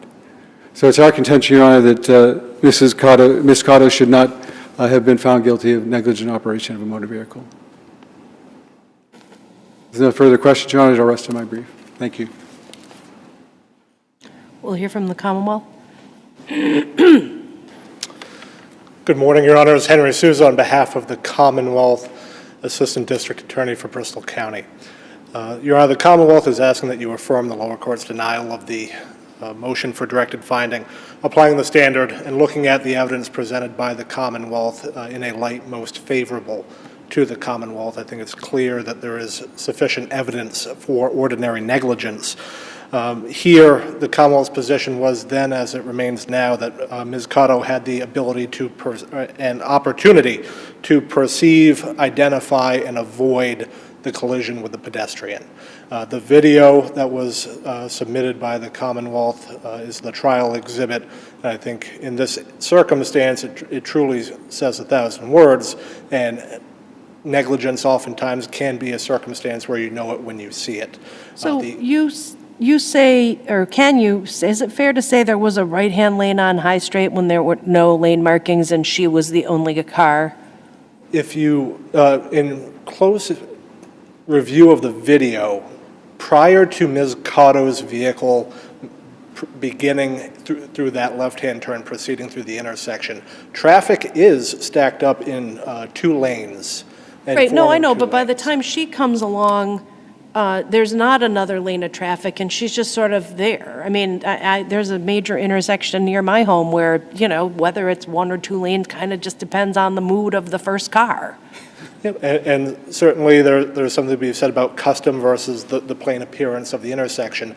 But I think where the issue lied was the defendant having her vehicle to the right-hand side of the roadway. But why does that matter? He didn't even look. I mean, he made a poor choice, and he paid a terrible price for that poor choice. But who cares what lane she was in? He wasn't even looking. Well, Your Honor, it was the opportunity for Ms. Cotto and the duty upon a driver to avoid a collision with a pedestrian in a roadway. Right, but I don't understand the fixation on whether there were 1 lanes or 2 lanes where she was. That doesn't seem to have anything to do with anything. I see your point that there seems to have been an unobstructed view of the pedestrians. I get it if someone turns right out of the left lane, but here, she was the only car, so. And I believe it goes more towards the overall course of conduct, the manner of which the vehicle was being operated, both through the turn, at the point of the collision, as well as immediately after the collision, that when viewed in its totality, assists the Commonwealth in the finding of negligence. So what was the clear theory of negligence? You talk about throughout, look at what she did throughout. What was your theory of negligence? In what manner was she negligent, or was it many? I think the proper answer is many, Your Honor. However, when making the turn, a reasonably prudent driver should be looking to make sure the lane that they are entering into is clear of other vehicles, obstacles, in this case pedestrians. This is a major intersection controlled by a traffic light. There are plainly painted crosswalks. If there's one point on any roadway where a driver should be alerted to the potential presence of a pedestrian, it would be at a painted marked crosswalk. And here, as she's making her left turn, for whatever reason, she failed to identify a person standing in the roadway crossing through the lane of travel. And as the video depicts, as the reconstruction testimony showed, the victim had been in the roadway a substantial amount of time prior to the point of the collision. The driver had the opportunity to see it plainly, even for the sake of argument, including her testimony that the A-pillar may have interfered with it for at least a moment. She did also testify that she saw the victim in front of her vehicle and onto the hood of the vehicle at the time of the collision. She did not... Not in enough time to react. But I mean, that doesn't really add anything, the right? testimony by, I believe, the retired Officer Roderick, who did the reconstruction, was that there was, I believe, about 5 seconds for Ms. Cotto to observe the pedestrian and react, whether it be to swerve, to brake. Again, this is not a circumstance where she was traveling at a high rate of speed. There were no obstructions to her vision on the roadway. It was a clear July day, broad daylight, and the individual was standing in a marked, or walking through a marked crosswalk on a roadway. So if we broke this into two pieces, the part, before, when she hits him and then the part after she hits him, is it enough for negligent operation if we consider just the part up to her hitting him, that she just had a guy directly in her sights in the crosswalk and she hit him? Is that enough right there? I would argue that that is enough. Okay. She failed to use due care that a reasonably prudent driver should have exercised at that point, and she can... So maybe to put that question a different way, let's assume it was negligent to make a left turn from other than right against the center line marker, whether there was one lane there or two. Does that have a necessary causal relationship to the accident that occurred here, or the impact with a pedestrian? I wouldn't say that it's necessarily causal to make the turn from a So right-hand side of the road. negligence would have to cause the death of Yes, someone I in think- order to be negligent motor vehicle homicide. So there might have been negligence. The jury could perhaps infer that there was negligence from failure to stop once the pedestrian was in plain view. But does it really matter whether the turn was initiated from the left-hand portion of the travel lane or the right-hand portion? It certainly wasn't the sole factor as to how the driver of that vehicle found themselves into this position. I think it's a contributory cause that goes to the negligence. It was the manner in which she made the turn, and then the failure to avoid the pedestrian, and the failure to promptly react, or react as a reasonable driver should have. There was testimony provided and evidenced at the trial that the average reaction time was about 1.5 seconds in daytime based on studies, and at the low speed at which she was traveling, 13 to 14 miles per hour, there was ample time, one, to avoid the crash, and secondly, once becoming aware of the pedestrian strike, to appropriately bring her vehicle to an immediate stop. The testimony was that traveling at that speed, the crash reconstructionist estimated that she'd be able to stop in about 22 feet. Instead, the vehicle continued for 70 and continued to drag the victim that length, as well as evidenced in the video, making lateral motion, pulling the vehicle over to the side of the road while continuing to drive and dragging this person.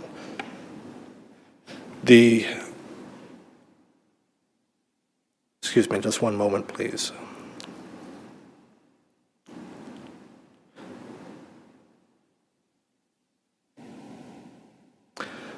To I guess, summarize, the Commonwealth would ask the court to look at those three kind of pieces as part of the overall arching negligence exhibited by the driver, and barring any further questions, I would rest on the Commonwealth's brief. Thank you very much. Thank you. We'll take our mid-morning break. We'll be back in 15 to 20 minutes, and we'll hear the remaining three cases for today.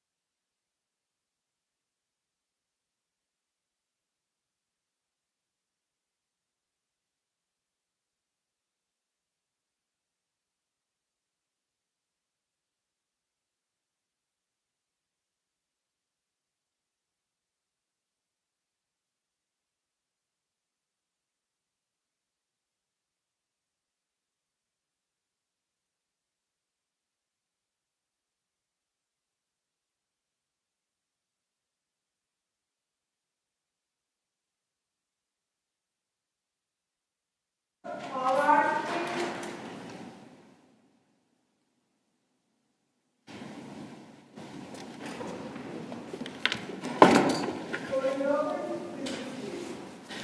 back to the November 8th, 2024 sitting of the Appeals Court. As I said in the earlier today, for better or for worse in the Appeals Court, we do not have rebuttal. It's 15 minutes per side. And as we are going to do in this case, sometimes we have attorneys splitting.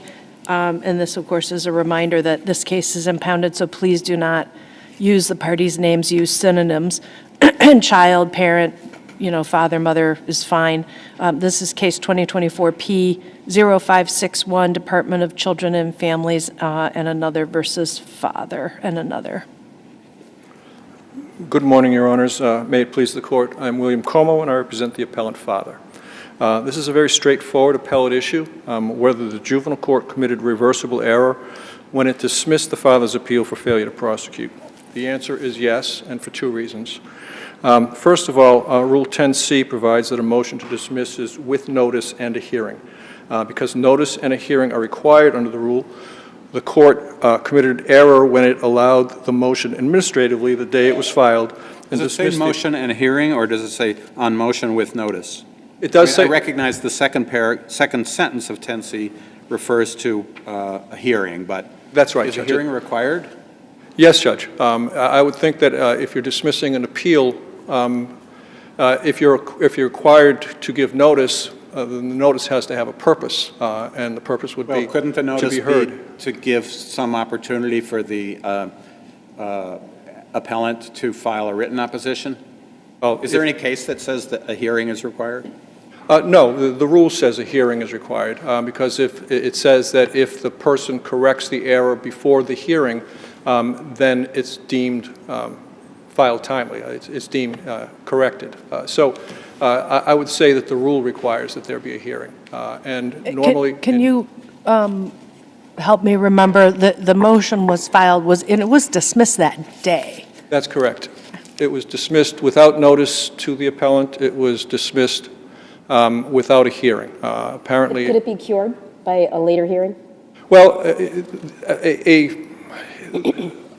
a later hearing possibly, but the hearing, the motion that was filed... It wasn't cured in this case because... That's correct. There was a hearing on a motion to vacate. That's correct. And it wasn't cured in the sense that he no longer had the opportunity to file the motion for the appointment of appellate counsel or the motion for costs, because he tried to do that the next day.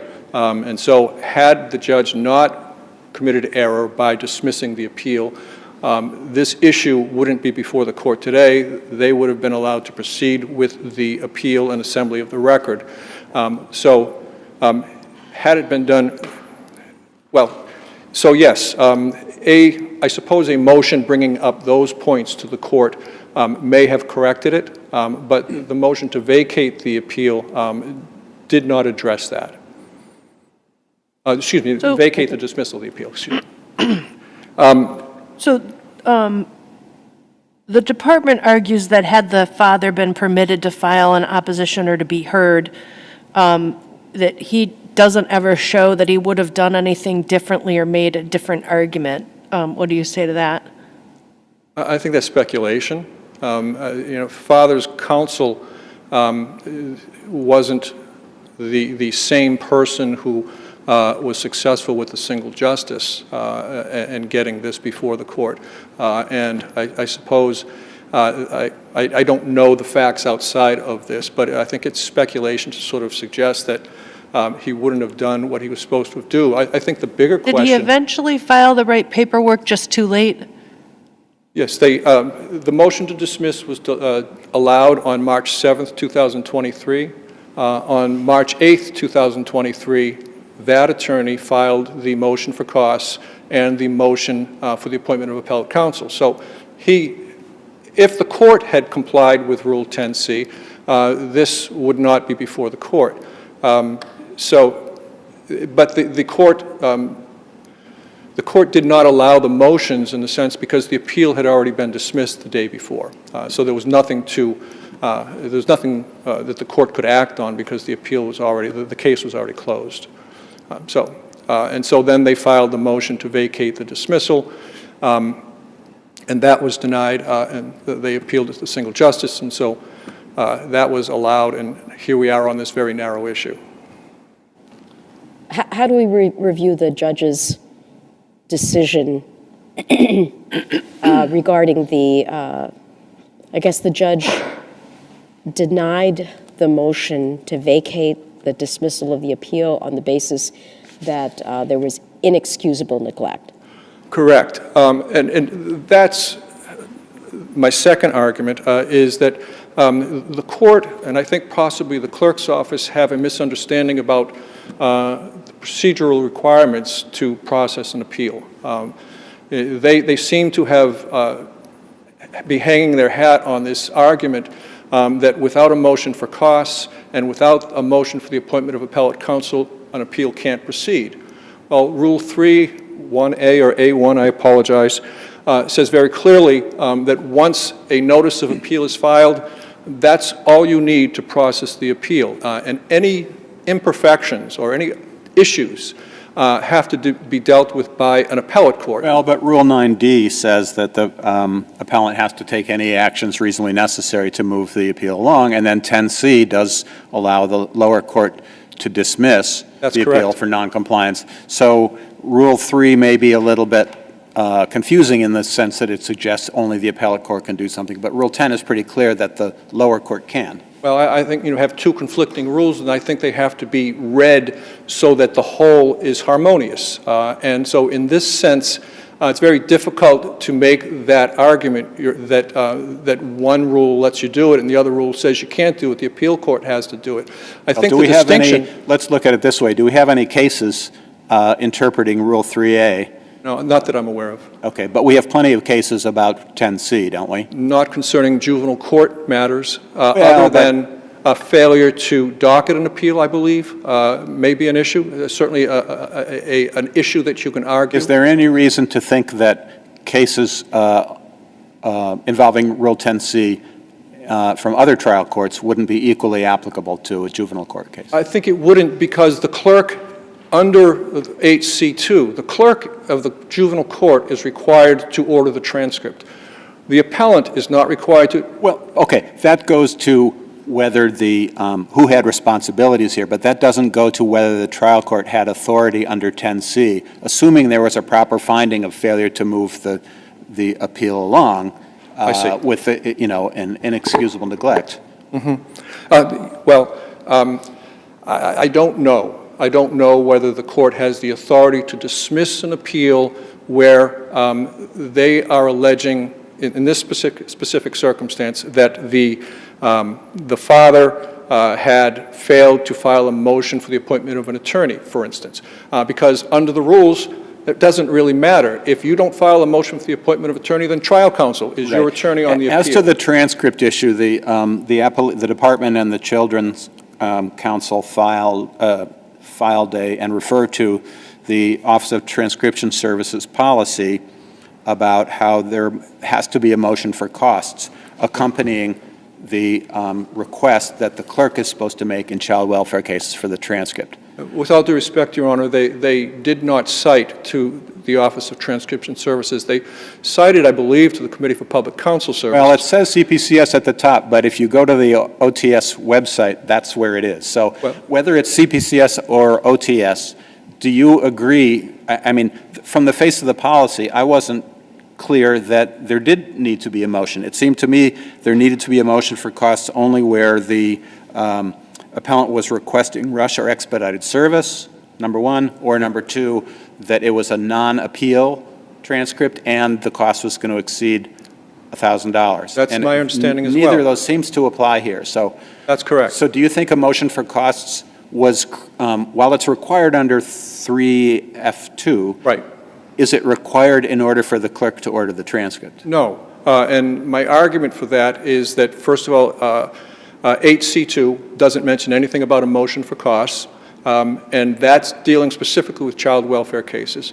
And also, the trial court administrative rule 19-1 also mentions nothing about a motion for costs. It basically says, The clerk, within 14 days, will fill out an OTS form, send it to OTS. OTS will find a transcriber. The transcriber will contact the appellant to arrange for payment. Well, if that had been done, this is speculation, but if that had been done, it seems likely that the appellate attorney would have said, gosh, I never filed a motion for costs, I'll get that done now. And a year and a half later, we wouldn't be sitting here, and these children would not be waiting to be adopted or to have these cases resolved. Counsel, you know, in this case, there was sort of a reminder from the clerk's office, you need to do this, and nothing was followed up on. What if, you know, everything happened as you said, that they got another reminder, oh, you know, you need to do this, and again, nothing was done. You know, at what point are there no consequences? Well, everyone understands the significance of what's on the line for all the parties here, but is there no point at which attorneys are going to be held to their responsibility? Well, that's the underlying question, Your Honor, and I believe that the rules are set up the way they are because whoever created the rules understood the importance of moving these cases along because children need permanency. And that's why they left the responsibility with the clerk of court to do this. And so to say that, yes, the father had a responsibility to file a motion for costs, or he had the responsibility of filing a motion for appointment of appellate counsel, does not answer the question of who has the responsibility of moving this case along. Those two motions were not necessary to get this transcript ordered. Everything that was necessary was already done, and that was the notice of appeal that the appellant filed.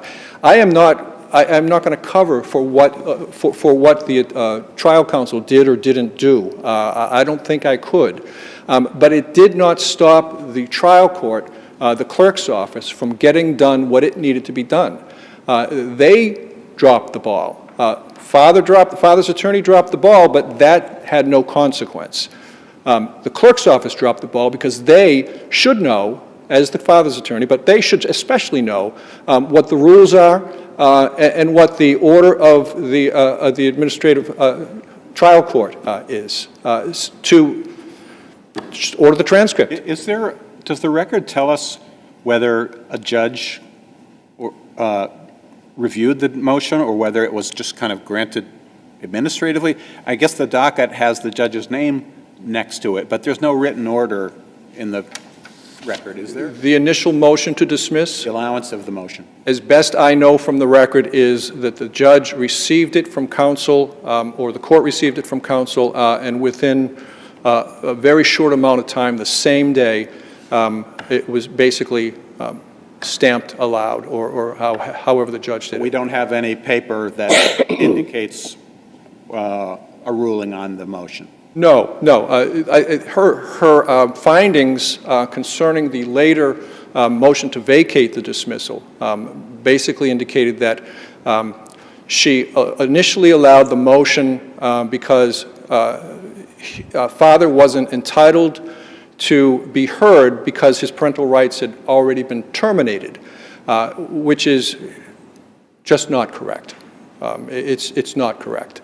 And then she determined that he had inexcusably neglected to do what he was supposed to have done, referring to the motion for costs, the failure to file a motion for costs, which he had actually done the day after the judge had initially dismissed the appeal, and the appointment of appellate counsel. But again, my argument is that the judge is wrong about that those motions were not necessary under the rules for the progress of this appeal. So this appeal is from the dismissal? Is it also from the denial of the motion to vacate? I believe it's just from the dismissal. Okay. Yeah.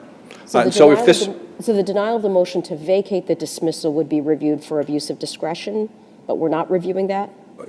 The way I am reading the appellate record here, and it took me a while to get my head around it, is that this is a motion, this is an appeal of the denial of the motion, of the denial of the motion. The allowance of the motion to dismiss. The allowance of the motion to dismiss. That's my understanding. Just a few more points if the court wants me to move on.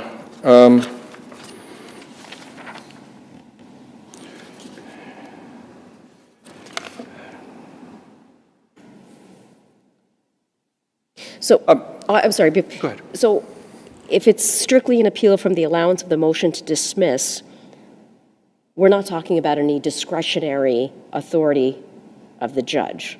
You're talking purely error of law, failing to follow the rules. That's correct. That's correct. My argument is that the judge did not follow the rules, the clerk didn't follow the rules, and they're placing the onus on the father simply by his failure to do that. On 2 points, the fact that the judge allowed the motion to dismiss without a hearing in violation of 8C2, and on the fact that it wasn't even the father's responsibility to provide, he was responsible to prepare a motion for costs. But the fact that he didn't do that should not impede the progress of the appeal, because the clerk had responsibilities separate from that. And so that was basically one last point, if I may, and that would be that in the supplemental record appendix that was submitted to this court, counsel, the appellees filed the court's underlying findings of fact.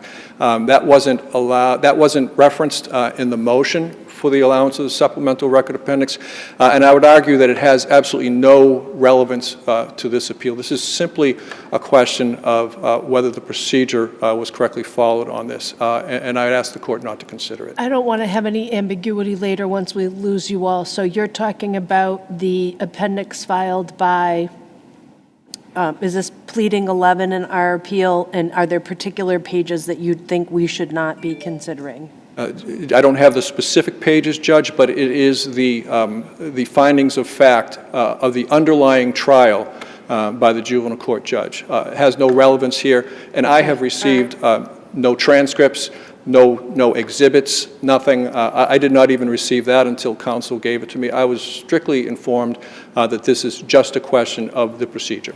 Okay. As far as we know, the transcripts were never ordered. That's correct. Thank you.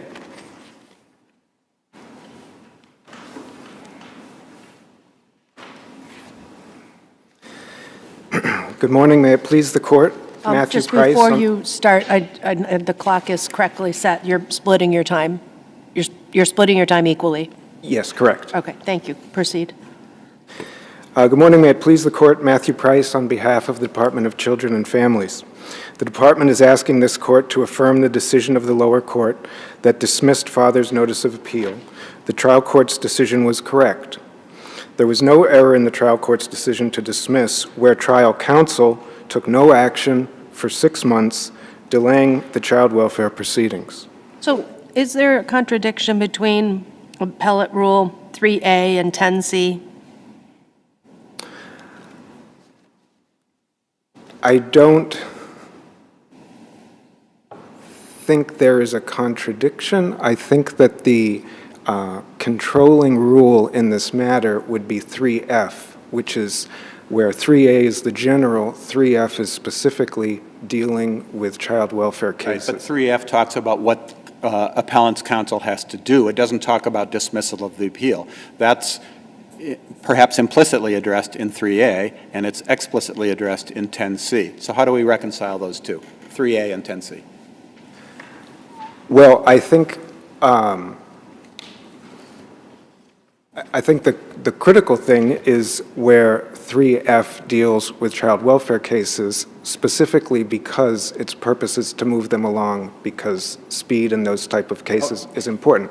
If the department and child's counsel really wanted to move this case along, then why the day after appellant's counsel filed the notice of appeal without the 3F2 motions, why didn't the department and the child's counsel either file a motion to dismiss or contact appellant's counsel, say, hey, you forgot to do this, and then that way the goals that we all care about, which are fairness to parents and fairness to children, because childhood is fleeting, those can both be pursued. Instead, that the department and the child's counsel waited 6 months.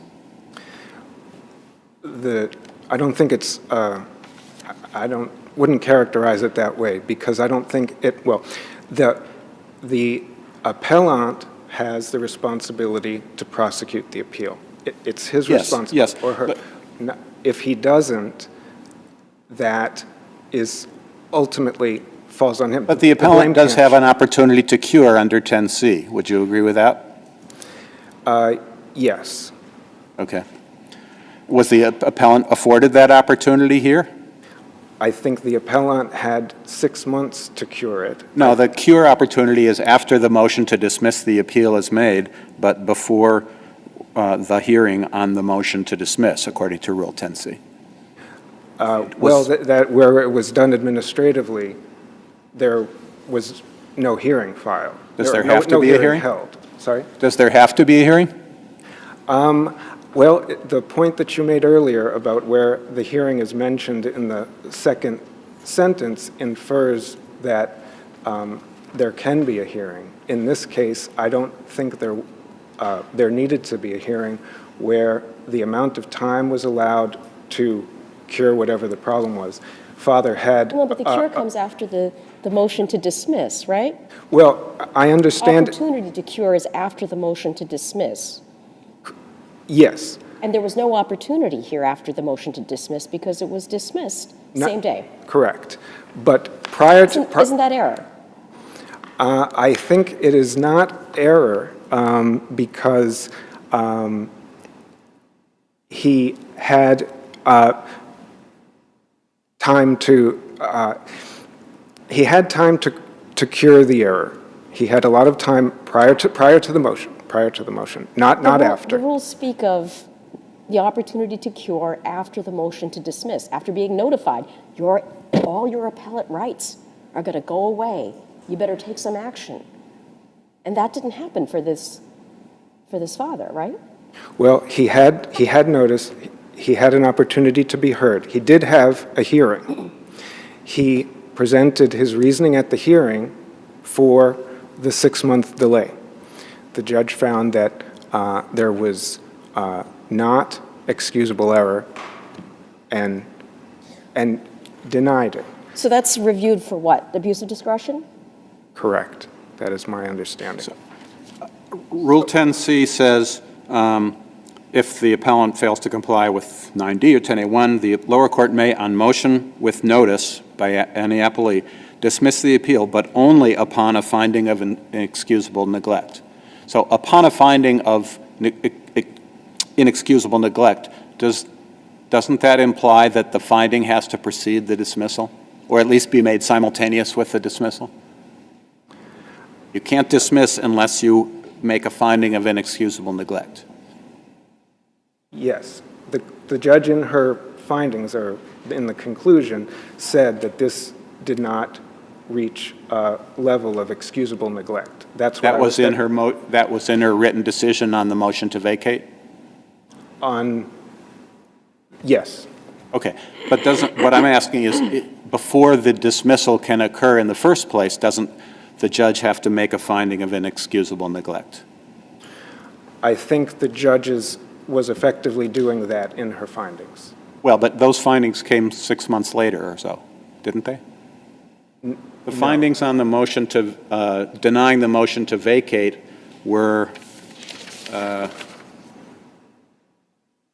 November 1st of 2023. The dismissal occurred on March 7th of 2023, so maybe 8 months earlier.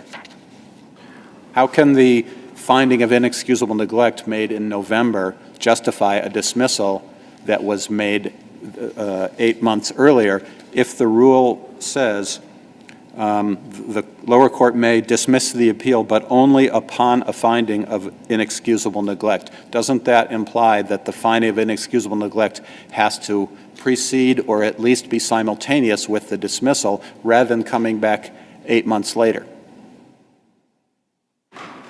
No, I would have to say no, I don't think it does. Well, can the finding of inexcusable neglect be made without an opportunity for the father to be heard? Well, I mean, yeah, it sure looks like there was neglect here, Father's counsel didn't file the 3F2 motions, but can the judge find inexcusable neglect based on the department's and the children's motion without giving the father an opportunity to be heard before the dismissal occurs? Well, I think if there was error, it was cured because he did have an opportunity to have a hearing and argue his position. And that would cure, if there was error. He did have notice, and he did have a hearing. I know my time is gone. If there's more questions, otherwise I'll rest on my brief. Actually, I'll ask you one question, and I don't know what we're going to decide to do, so I want to be very clear about that. If we disagree with you, should we issue an order today saying prepare the transcripts? Or maybe we should just, while we're doing our process, proceed in parallel? Is there a reason not to just order the transcripts?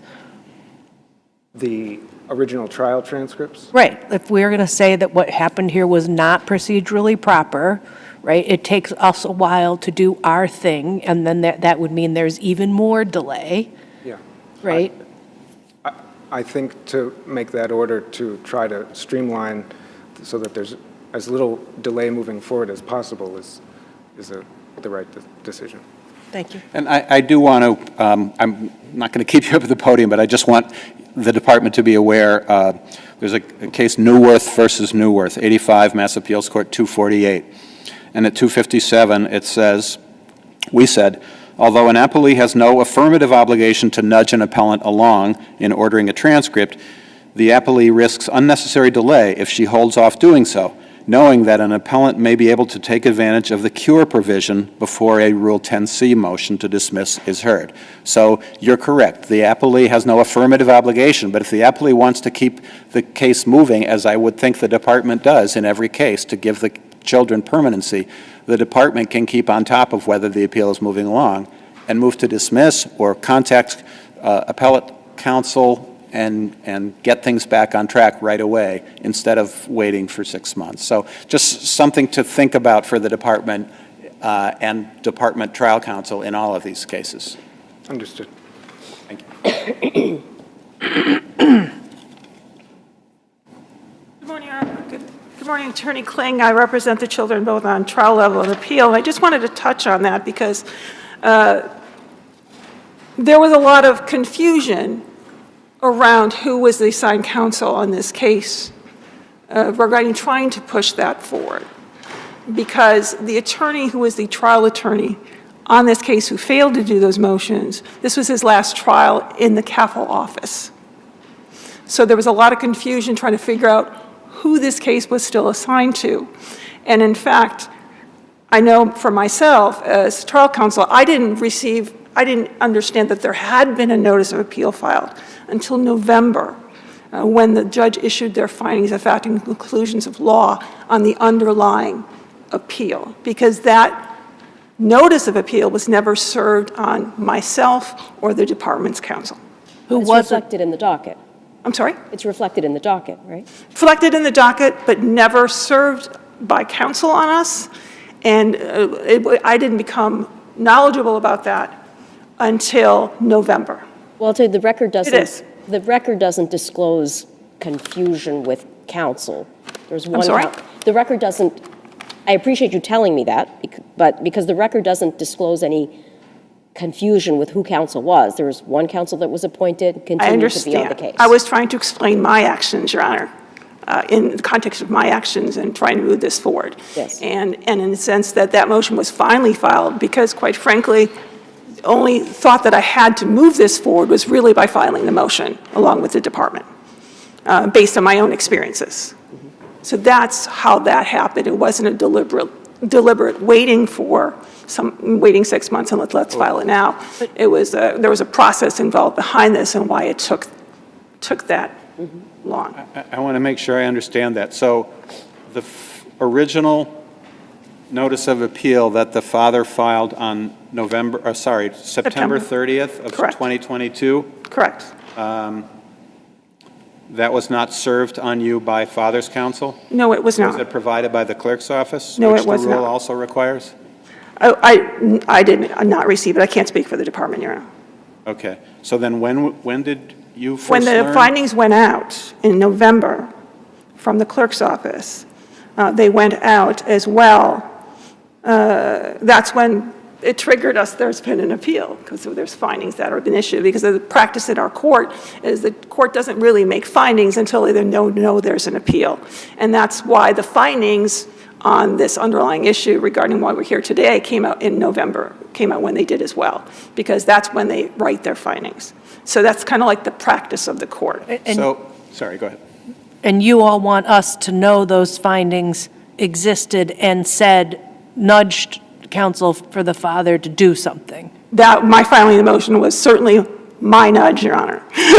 Because Well, yeah, at but that I mean, point, there were a lot of other ways to nudge. I mean, if the whole system is to give parents a fair due process, we have the court, the department, and the attorney for the child, all knowing that the father's attorney is screwing up, right?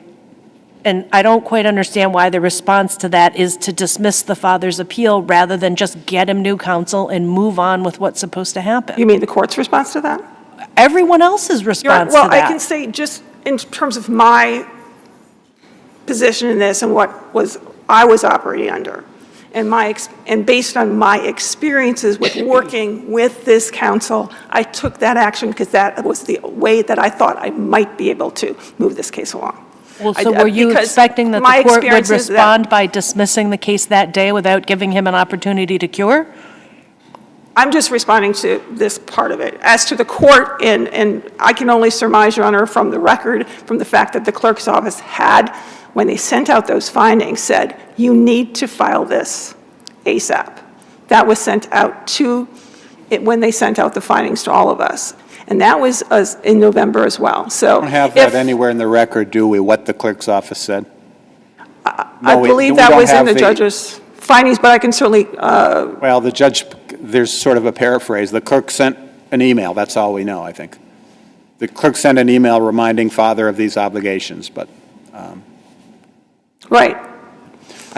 Yes, the father's... My point, I'm sorry, Your Honor, my point is that if the clerk can't nudge him, my nudging isn't, as a responding to the clerk, he's not going to You do have a way of nudging, which is to file a motion to dismiss, but you could file that as soon as you know the father has appealed but has not filed these 3F2 motions, which seems to me could have been known as soon as you got the findings and conclusions of law on the termination itself. Well, I didn't quite discover that the motions had been filed immediately, Your Honor, quite frankly. And I call, in fact, there's a process that we operate under as all private counsel, or, if you work for the capital offices, there's an assignment intake types of process. So I was pursuing that avenue to make sure that I got appointed on the appeal, quite frankly. And it came up in the context of finally getting a response from them that we don't even know anything about this case. So that prompted the investigation to what exactly is going on here, and which led to that motion. So once the motion was filed, yes, do you think it was appropriate for the court to grant it without a hearing and without having first made a finding of inexcusable neglect? Is that consistent with Rule 10C? What I would say is that the court, my view is that the court cured the opportunity to be heard part by the hearing on the motion to vacate. And that was done in June, and it was pretty clear in June when that was done that she was not, that the arguments that were made about not really understanding my obligations were not being brought at Was the father afforded the opportunity under Rule 10C after the motion to dismiss was filed to cure the noncompliance? The motion to dismiss was allowed that same day, Your Honor, and then the opportunity that the court gave was the hearing on the motion to vacate. Okay, but hearing on a motion to vacate is not the same as giving an opportunity to cure the failure to file the 3F2 motions. In fact, those motions were filed the next day after the dismissal occurred, right? I think it was that day or the next, it might have been later in the day or the next day, correct. I think the clerk's office got the motions the next day. So according to Rule 10C, if you had that hearing, the motion to dismiss would have been denied. according to the rule, right? Well, the rule says that the lower court can do this with notice, correct? The lower court may, on motion with notice by an appellee, dismiss the appeal upon a finding of excusable neglect. I think the part that you're referring to is prior to the hearing, if they comply with it, that should be an opportunity to be cured. I'm not, and there's a reference to hearing on that. So I would say that the hearing is not necessarily necessary, but I can certainly understand why this court may look at that interpretation. Well, And let in me this ask case- it a different way. Had the dismissal not entered, and he filed what he filed on March 8, would that have cured the problem? Had the dismissal not entered and he had filed his motions before the motion was, before the it was allowed, dismissal, yeah. that would have cured that. Thank you.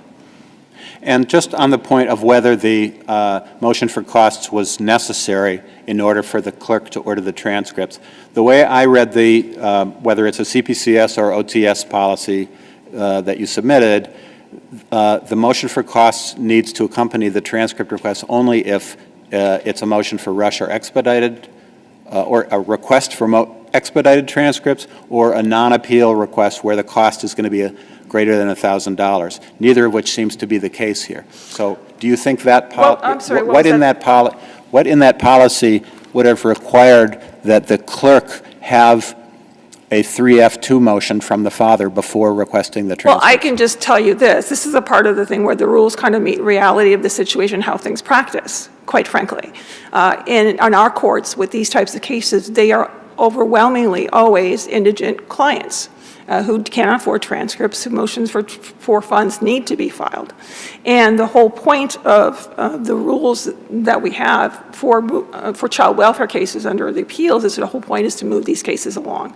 And that is why they require those motions to be filed when the notice of appeal is filed, because they want to move those cases along. There used to be, and I remember this because I was doing appeals back in the day when we had to file all those other things. This would streamline the process, and also that the clerk has to do their obligation to do the transcript. But under either the rule or under the policy, does a allowed motion for costs have to accompany the clerk's request for the transcript? Or instead, can the clerk go ahead and request the transcript and, make sure that the 3F2 motion is filed later? I just don't see what in the policy requires an allowed motion for costs. And I guess what I'm trying to say, Your Honor, is that all these rules are interconnected and dependent on each other. And if practically speaking, if the clerk's office had ordered a transcript, it would have sat and nothing would have happened or got kicked back because the motion wasn't attached. And that's why would it get kicked? It doesn't seem like a motion is required for OTS to start the transcript preparation process if it's not a request for an expedited or rush transcript and not a non-appeal transcript costing over $1,000. Why would OTS kick it back and say there's no motion?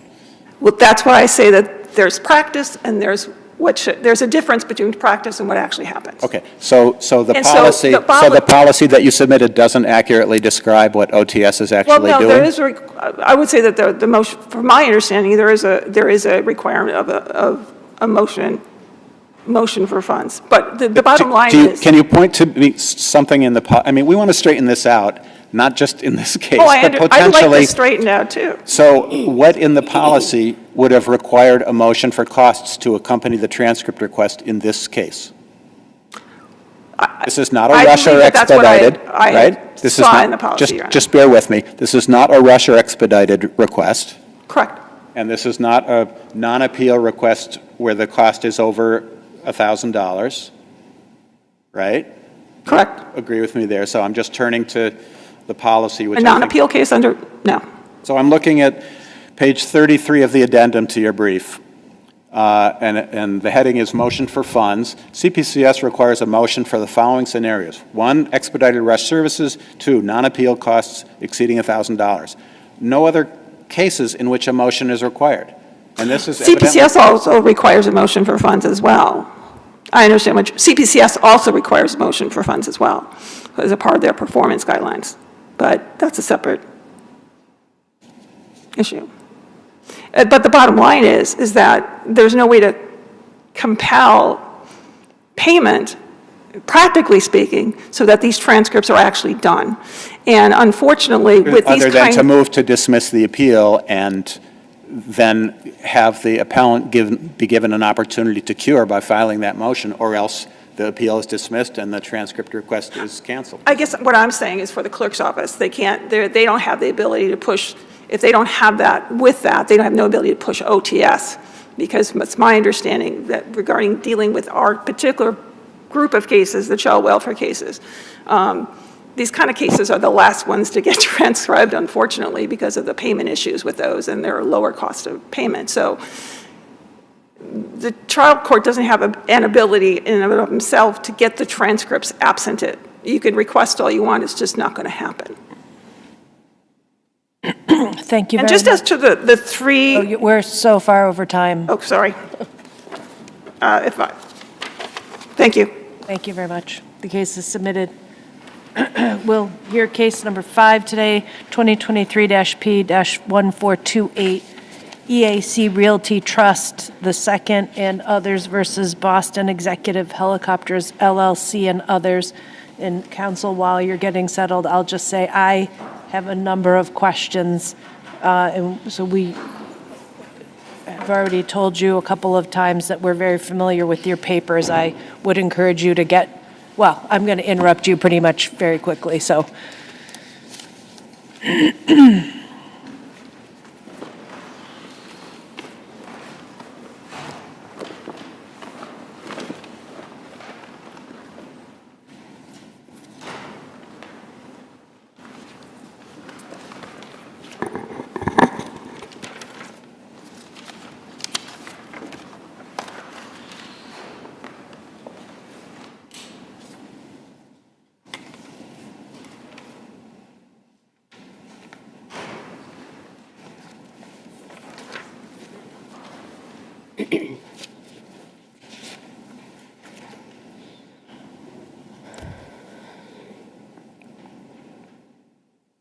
Good morning. Good afternoon. Jack O'Connor for the Boston Executive Helicopter defendants. With me is Kristen St. George.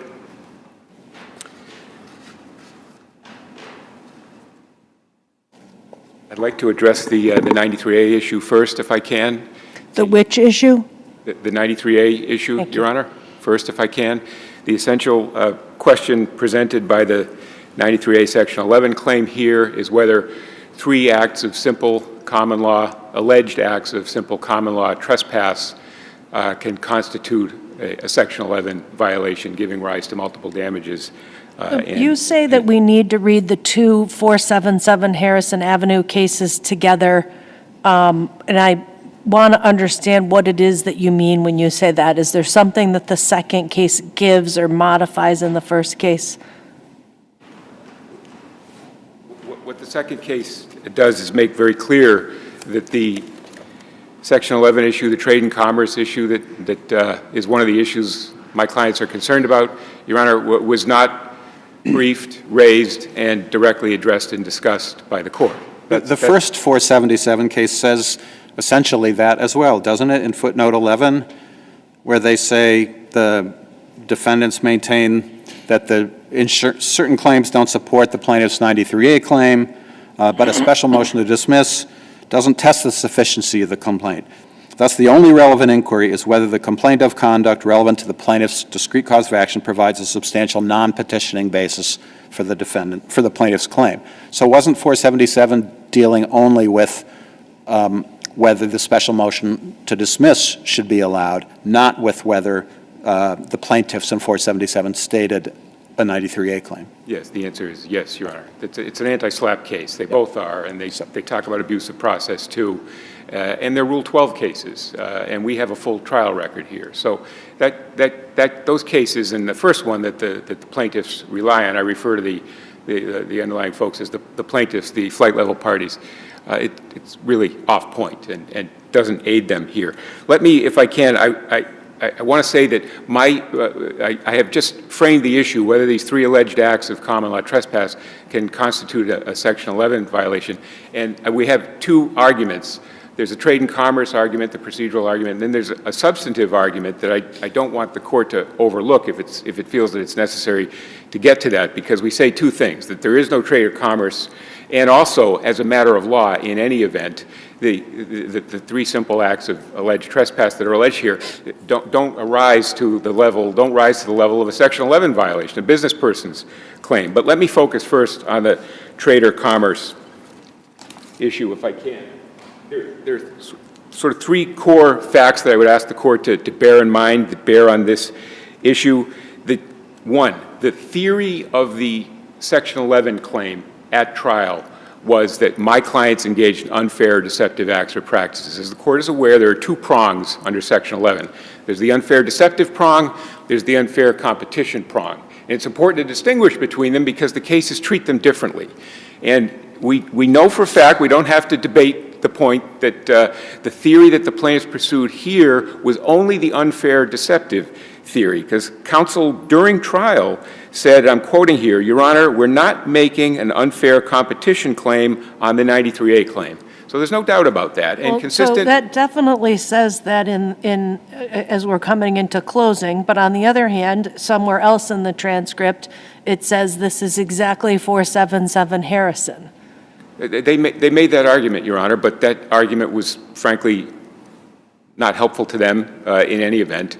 For the reasons that I've just discussed with Justice Sachs. That case is off point. That is the argument that they made. It's the only case that they could find during the trial, and it's frankly the only case that they cite in this appeal. But my point is that there is no doubt that the theory here was you violated Section 11 and you're liable under Section 11 on an unfair, deceptive acts or practices theory. That's what counsel said. That's what went to the jury in the special verdict form. That's how the closing arguments were slanted. That was the theory, and that's important as we go forward. The jury charged on both unfair competition and unfair and deceptive acts? It was charged on the theory that there were unfair and deceptive acts or practices, Your Honor.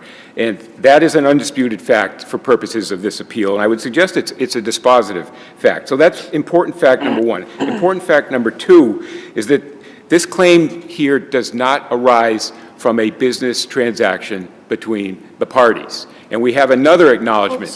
But let's leave aside their Coke Pepsi situation, but let's say you have two, health beauty spas next to each other, and one of them cuts off the water for the other one periodically, causing them not to be able to serve their customers. And I know you said they could always fuel vehicles, but would that be a 93A potential violation? That looks like an example that appears in the plaintiff's brief, Your Honor, and that would be an example, I would suggest, of an unfair competition type of Section 11 claim, which is not the type that was brought here. Okay, this distinction is critically important to this appeal.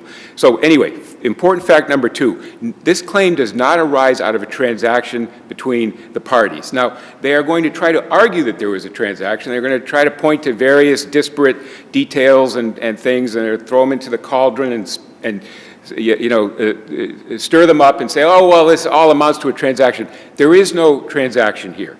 Counsel admitted this. I'm quoting again. The conduct between the parties may not be a consummated contract. There were proposals. They never came to fruition. And the evidence is consistent with this. There was some historical fuel sales which have nothing to do with the trespass or the events underlying this lawsuit and this 93A claim. That's it. They're both in business. We certainly agree on that. But this suit does not arise out of a transaction. And that on this record is a fact that can't reasonably be disputed. And that's important because the requirement of a transaction is important. And fact three, and I've hinted at this already, this whole suit is about three alleged acts of common law trespass. They say that we plowed some snow in a big pile in an inconvenient location near their fuel farm. In the epic winter of 2015-16, and it resulted in like a 70-foot long, 6 feet high, 8 feet deep snowbank. This was not like a little tiny pile of snow. That's the allegation, and there were photos. There was evidence about this, Your Honor, that there was a big snowbank in an inconvenient location. There was also evidence that those fuel tanks were readily reachable from the other direction. There was also evidence that there were no loss of fuel sales. There was no evidence before this jury that they lost money, that there was any interruption in fuel sales. as a result of this, Your Honor. But that is a common law trespass one, the snow plowing of the pile of snow.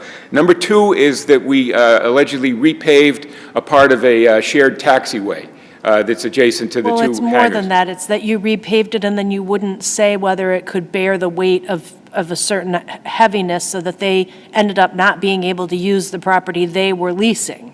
That was an argument that was advanced, Your Honor. All the evidence at trial contradicted it. That paving is, in fact, still in use today, and every manner of vehicle traverse it every day. Trucks of all sizes, aircraft, it's in regular use. This was the evidence at trial, Your Honor. So this is, again, a no harm, no foul. Do we look at the evidence at trial in the light most favorable to anybody, or do we just consider whether there was some evidence in the record? Well, you're applying the JNOV standard, Your Honor.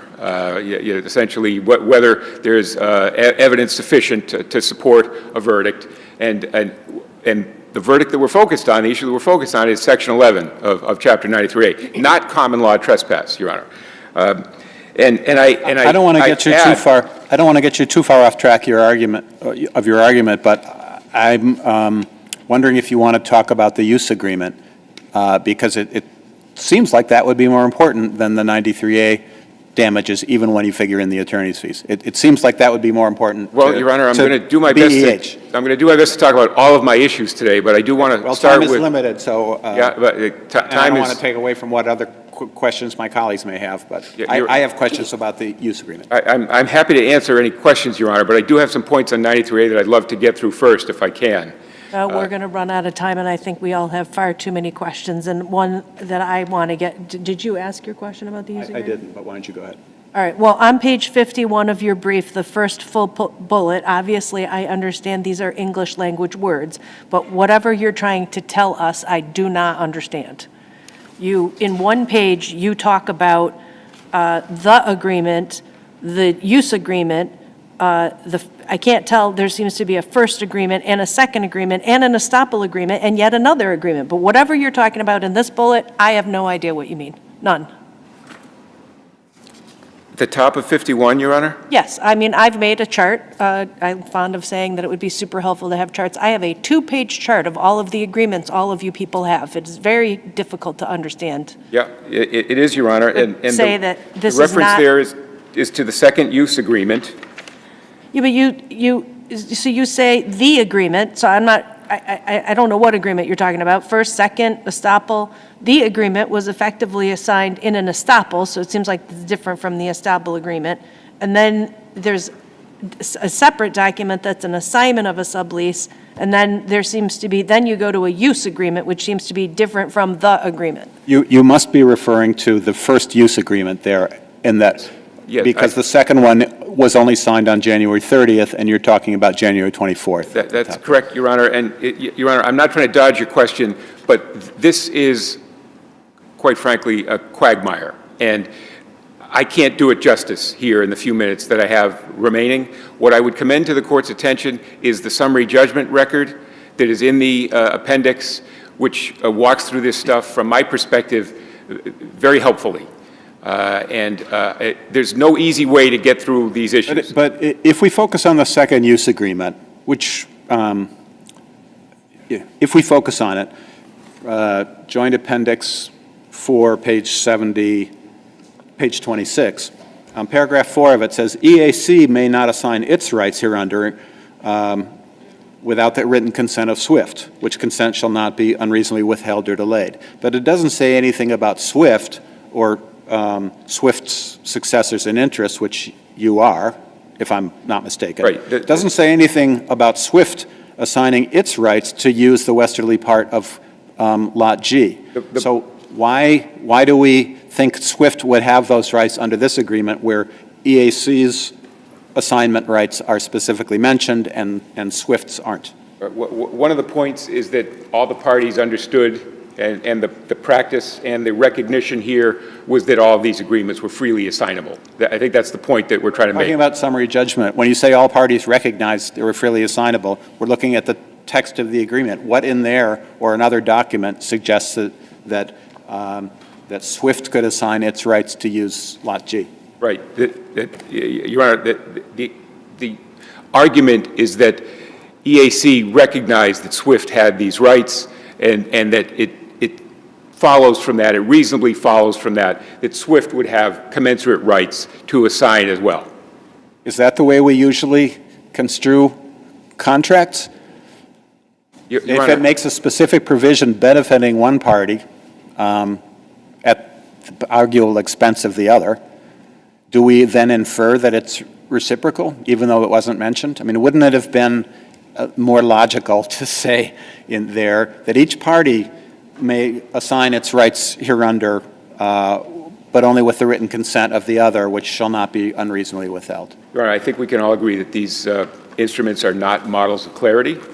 And what we've done in our papers is do the best we can to argue that these rights were assignable to my clients and were properly assigned. So what else besides this agreement suggests that there was a recognition that each party had assignment rights? Well, the asset purchase documents assumed that those rights existed, Your Honor, that SWIFT had the right to assign those usage-related rights to my clients. What specific language in the asset purchase agreement? Your Honor, I can't quote you language from the asset purchase agreement, but it included assignments by SWIFT to my clients. That was part of the transaction documentation. Even if SWIFT particularly and specifically assigned a right to use the westerly portion of Lot G to you, if SWIFT didn't have that right, it couldn't assign it. Would you agree with that? Oh, I certainly agree with that, sure. Okay. We say they had the right. So then what's in that agreement isn't that relevant unless we can show that SWIFT actually had the right. And we say that they had it, Your Honor, and I commend the argument in my papers to you. And as I said, the summary judgment records and the chronology of the instruments there, I think the court will find helpful, although it will take some time to parse it. Right. So the plaintiff argues, though, that if Stahl's rights under the first use agreement had been validly assigned to SWIFT, as you contend, there would have been no reason for SWIFT to enter into the second use agreement. What do you say to that? I say that the second use agreement may have been a belt in addition to suspenders, Your Honor, but it does no harm. And all things considered, it is consistent with our position here that our clients had the rights that SWIFT had. Your Honor, if I could, I'm out of time here. Can I just quickly address myself to 93A for 30 seconds? 30 seconds, yes, but I mean, I have questions that are not answered on other issues. Go ahead. I just wanted to point out that this case, in its essence, is about 3 simple acts of common law trespass. That's all. This can't state a Section 11 93A violation. That can't be the law of Massachusetts. And I commend to the Court's attention the several cases that I've cited in my brief, including the Brenneman case from this Court, decided on very similar facts that say that there's no 93A liability in these circumstances. Thank you very much. So you write in your brief on page 17 that BEH/MII have never conducted any aircraft fueling on lots G or H or on the FG taxiway. Does that mean that you did conduct it on lot F? Or are you just not, we're just going to be in the dark about lot F? No, I'm happy to answer that. Lot F is the lot that my client controls, Your Honor, and they have a fuel farm. They have fuel tanks and fueling facilities on their lot F. And you want to be able to conduct refueling operations on that part of lot G. And your point is just that you haven't done so to date. That's correct, Your Honor, yes. Not that you're saying you don't have a right to, because you're asserting. Exactly, that's right. We do fueling activities on lot F and also on distant parts of the airport, not on lot G. Got it. Are they, basically the appellees are arguing that the excluded evidence concerned flight level's legally protected petitioning activity regarding your client's efforts to become a FBO at the airport. Are they correct about that? So that issue, Your Honor, it dovetails a little bit with the 93A issues here because, the plaintiffs in their brief now in response to our 93A arguments are trying to make an anti-competition type of argument that they didn't present below, and they're trying to invite the court to decide the 93A issue on those grounds. And that dovetails with our arguments about the trial judge's evidentiary rulings because we tried to offer some evidence to sort of fill in the cosmos on a lot of these issues and the relationships between the parties and what was happening and why they were happening, and he wouldn't do that. And he said, because we've already decided that the competition-related aspects of this case are out of the case. And I interpret your efforts, Boston executive parties, to talk about the various issues as related to competition. I'm not going to let you do that. You can't go there. And so we were sort of restrained from going there, Your Honor. And we tried the case on the basis that the court, limited the parties to, which is these 3 acts of trespass. And, the court, of course, is aware of the result. So we argue that those acts of trespass, can't support a 93A Section 11 finding. And the response is, oh, well, but you did all these things, and you did it unfairly to compete with us. So let's and assume, that satisfies Section 11. Let's assume we agreed with you that this didn't state a 93A claim. So do we still need to resolve your challenge to the motion in limine ruling?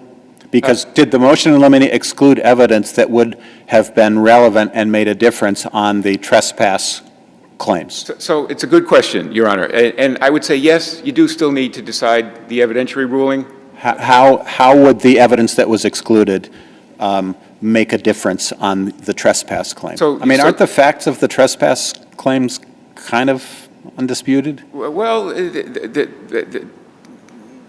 probably not a lot of dispute there, Your Honor. You could fight about the damages, but whether okay. I will, Your Honor, your implicit point that the evidentiary ruling issue is more important to the 93A part of the case is something I don't disagree with, all right? But I would ask the court, in any event, to consider it with respect to all of the claims.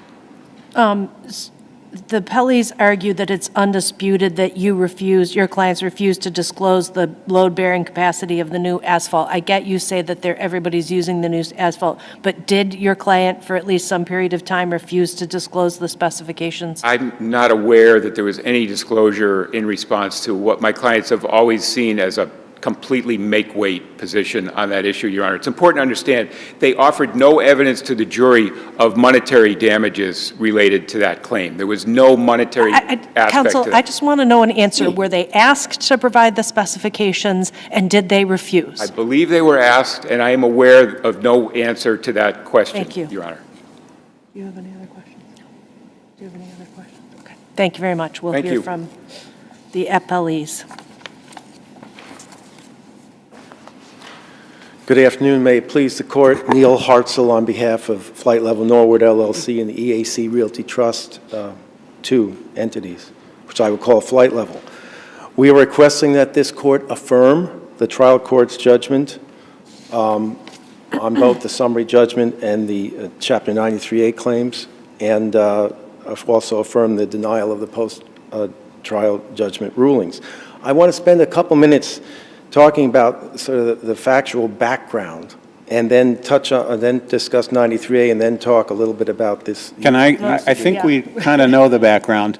Can I ask you, how does 477 Harrison support your position that you stated a 93A claim here? As I read 477 Harrison, it is only about the special motion to dismiss and whether there was a substantial non-petitioning basis for the plaintiff's claim there, not about whether the plaintiff had actually stated a 93A claim. Actually, Your Honor, in both of the Harrison decisions, the 2017 decision, and I may have the years off, and there's a second decision, both decisions said that the plaintiff had, or whoever the party was, had properly made out a Chapter 93A claim. Can you point me to the specific language in those cases which says the plaintiff stated a 93A claim? I can tell you it's in there because I just read it. I want you to point me to the... I don't have the case. Let me just say... I don't have the case with me, Your Honor. Okay, well, there are 2 cases. They've been briefed extensively. If you want us to think that those cases stand for the proposition you say, despite the appellant's challenges, I would just suggest that you have the language ready to quote to us when you come up to the podium.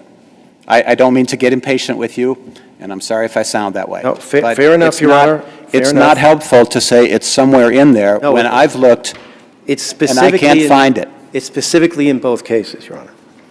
And Just bear with me a second.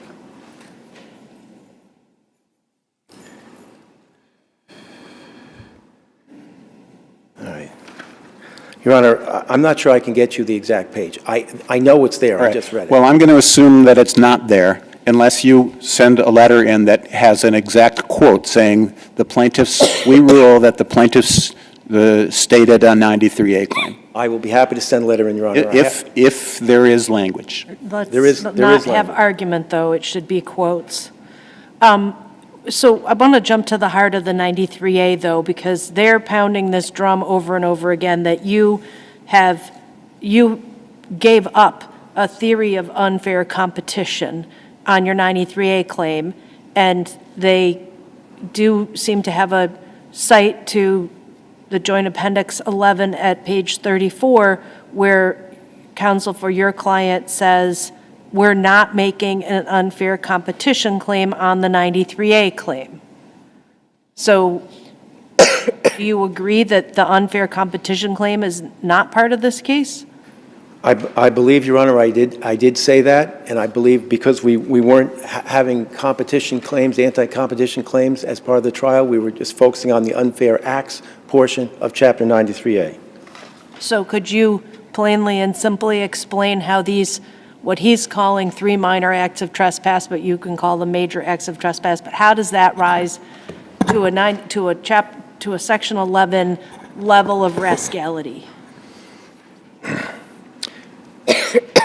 Your Honor, Flight Level has operated as a fixed-base operator at Norwood Memorial Airport and its predecessors for over 30 years.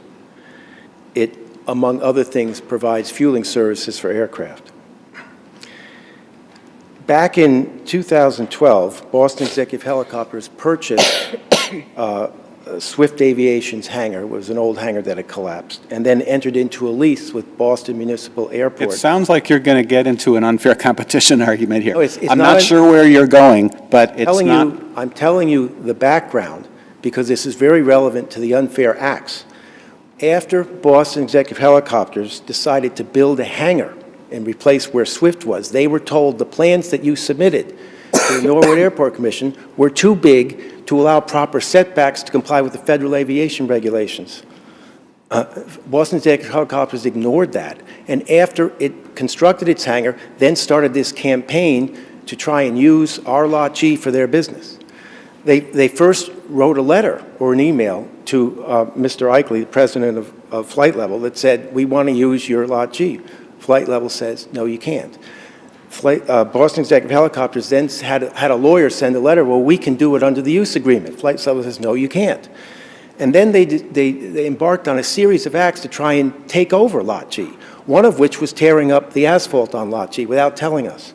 Okay, so you may very well be entitled to trespass damages for that, as you were awarded. This is part. How does it rise to the level of unfair or deceptive acts and practices? Because this is a series of acts designed to interfere and sabotage our business. They're unfair acts. The next thing they started to do was when there was snowing going on, they would go on our lot and plow the snow in, which culminated in this massive wall of snow that was placed around our fuel farm, which effectively blocked the fuel trucks from accessing the fuel farm. Cost us Right, but how is that? That still sounds like an unfair competition claim that, the transcript says Ms. Fuller said you're not making. How is it not that? How is it?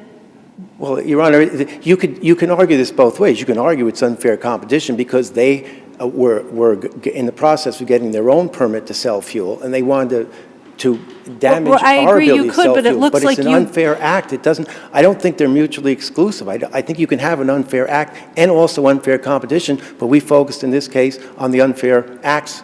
But it's unfair acts in trade.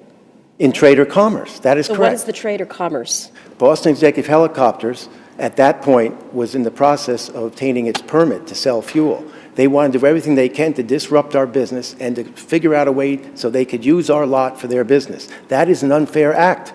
But is it in trade or commerce with you, I think is the question. There's a whole series of interactions between Boston Executive Helicopters and Flight Level. But no consummated transaction. That is correct. The lots, so that's I think that's the question. The lots adjoin, They were trying to damage our business. If you look at that facts of the Harrison case, Your Honor, there was a building that shared a wall with the neighbor, and they wanted to enter into some agreement to use it. They couldn't, which started years of litigation. And in that case, when one of the parties decided to file false insurance claims against the other claim, the trial judge said that's sufficient to make a 93A claim. There was no consummated transaction between those parties either. And what's the point of 93A Section 11 is designed to deter bad acts. What consequences are there if someone like Boston Executive Helicopters, who's a competitor of ours, engaged in a series of acts that is deliberately designed trespass damages, an injunction against further trespasses, contempt if they continue to trespass despite the injunction? They've been doing it anyway. In fact, we had a contempt hearing on just on this lot. Did your client suffer any loss of money or property from the repaving of the FG taxiway? We could not identify any specific loss of property in that, but the point of that is they were using it to try and bully their way onto our lot. We did suffer money of loss of property because we had to spend about, I may be slightly off on the numbers, about $6,000 to remove the wall of snow, and then when we put up barriers. That into my next question, which is I can't figure out where the jury got the $13,000 from. I got $6,000 for the snow removal, and there was $5,000 and change for cleaning up the water antifreeze mixture, but that only gets me to $11,700. So I don't know what the other $2,000 was. There were also some additional evidence put in about there was some overtime for the police. There was some evidence about the cost of the barriers that we put up on our property to try and stop Boston Executive Helicopters from coming on it. Okay. Because of the snow pile, did your client lose any fuel sales? We were delayed in being able to provision planes, and we had to ration the fuel sales. I don't believe there was any evidence that we actually lost money on that, other than the time and expense that we had to spend removing the wall of snow and rationing the fuel with the planes that we service.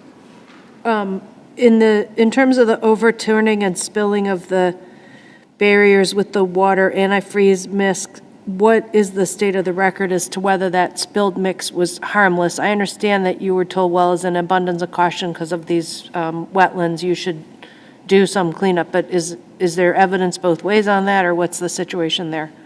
It's a mixture of glycol and water, which is antifreeze. It was dumped over. The flight levels lot G is adjacent to wetlands. They were told by the airport manager, you got to get it cleaned up. They consulted with an environmental company who came out and did it. Boston Executive Helicopter says, oh, this is trivial. You didn't have to do anything. Well, that's not what we were told, and that's what we did, and that was the evidence at trial. So he characterizes these three things as minor disturbances, but it was not enough to show interference with your business that rises to the level of Section 11 rascality. Why is this enough? Mr. Donovan, the president of Boston Executive Helicopters, his employee, Rob Silva, their pass cards showed they were on the airport the night of the barrier dumping. We have film of them. Assume they did it. Let's assume you're completely right. They did it. They're scoundrels. The jury found that they did it. Okay, but why does that hit Section 11 rascality? Even to those inured, as the case law says, to the rough and tumble Board of Commerce, this is outrageous. They're doing a whole series of acts to interfere with us, tearing up our property. Oh, then they were filming our employees. Then they're dumping over barriers that we're trying to protect our fuel farm from. They're putting a wall of snow around our fuel farm. This is not somebody who's engaged in a fair competition, even though we weren't arguing competition at trial. This is somebody who's committing a whole series of unfair acts to our detriment, where we suffer damage. But that's where I'm still back to. I don't understand.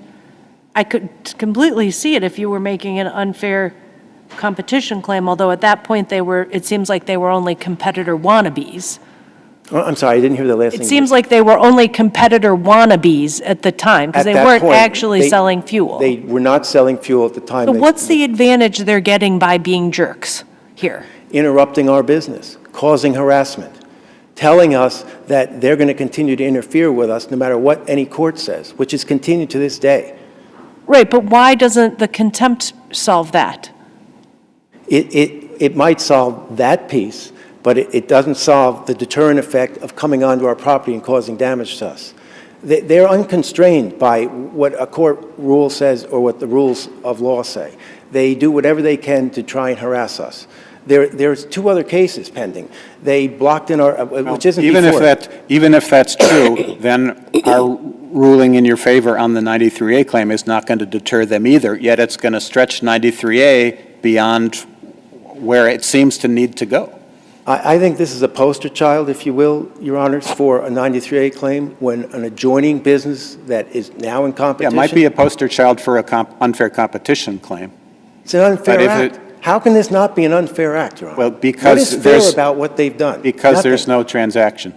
That's how it could be not trade or commerce. Your Honor, the relationship and the back and forth business is enough to constitute, quote, a transaction. And the word transaction, by the way, Your Honor, doesn't appear in the statute itself.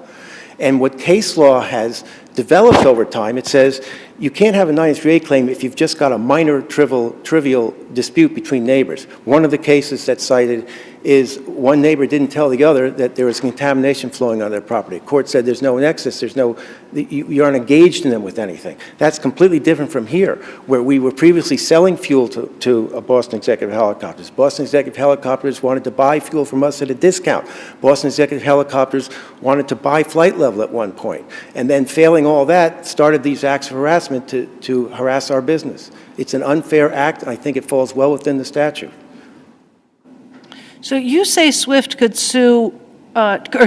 could use a portion of Lot G only as a taxiway in connection with its own business. So if Swift just sold exactly itself, then to BEH, could BEH then, are you saying BEH would get nothing, or are you saying it could use it exactly as Swift could use it?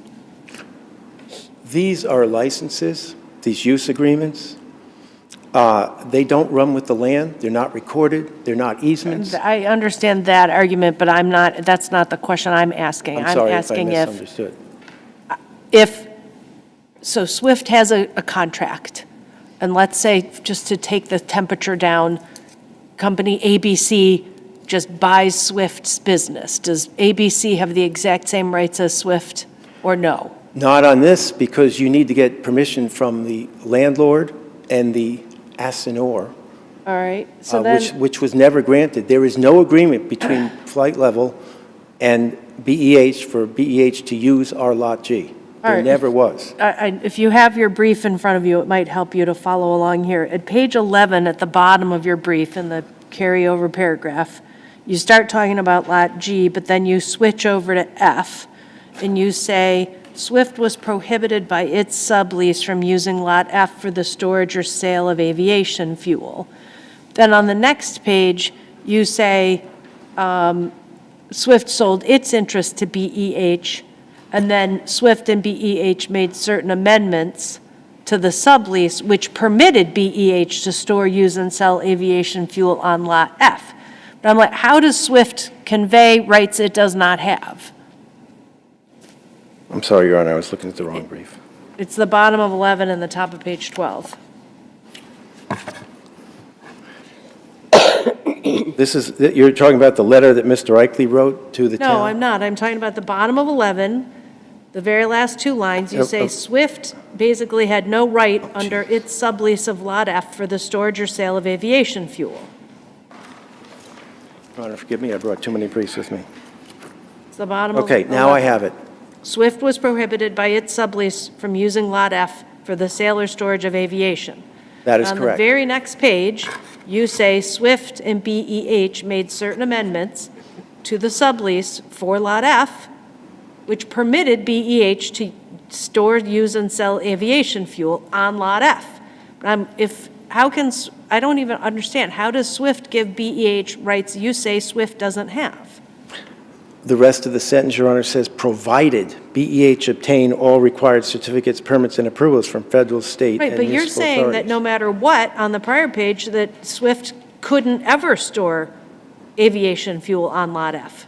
That is correct. Well, so if it didn't have the right to store it on Lot F, how could it give someone else the right to store it on Lot F, subject to any certain conditions? if it never had the right to sell it there, it couldn't get that right by selling its business to BEH. BEH, I think, wanted to do that, but the condition was you had to get approval from everybody to do it, which I don't think was ever Swift given. was, you're looking at bottom page 11, Swift was prohibited by its sublease from using Lot F for storage or sale of aviation fuel. That was the sublease with the BMA? So Swift was sublessee, and... Yes. Okay, so BMA is the landlord, but go ahead. So to allow the sale of, storage or sale of aviation fuel, BMA would have had to agree to an amendment to the sublease to Swift or its successor. I believe that is correct, Your Okay, Honor. so where is that accounted for? How could Swift and BEH amend the sublease without including BMA? Well, they can't. And we're not saying that they could. We're just saying they entered into this agreement, but any amendments had to get all certificates, permits, and approvals from the appropriate entities. It didn't happen. They never got the approvals. Your Honor, I think that I'm out of time here. You are, I'm looking to see if there's some essential that you feel like you didn't get to make.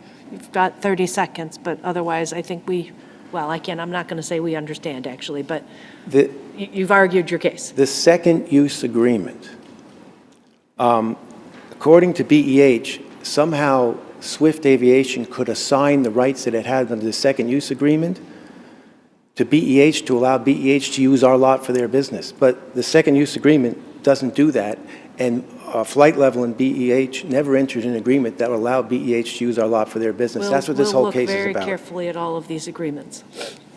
Thank you. Thank you. That brings us to the last case of today, 2023 P1434 SORB number 8703 versus Sex Offender Registry Board. This case does include impounded materials, so we'll be referring to Doe, please.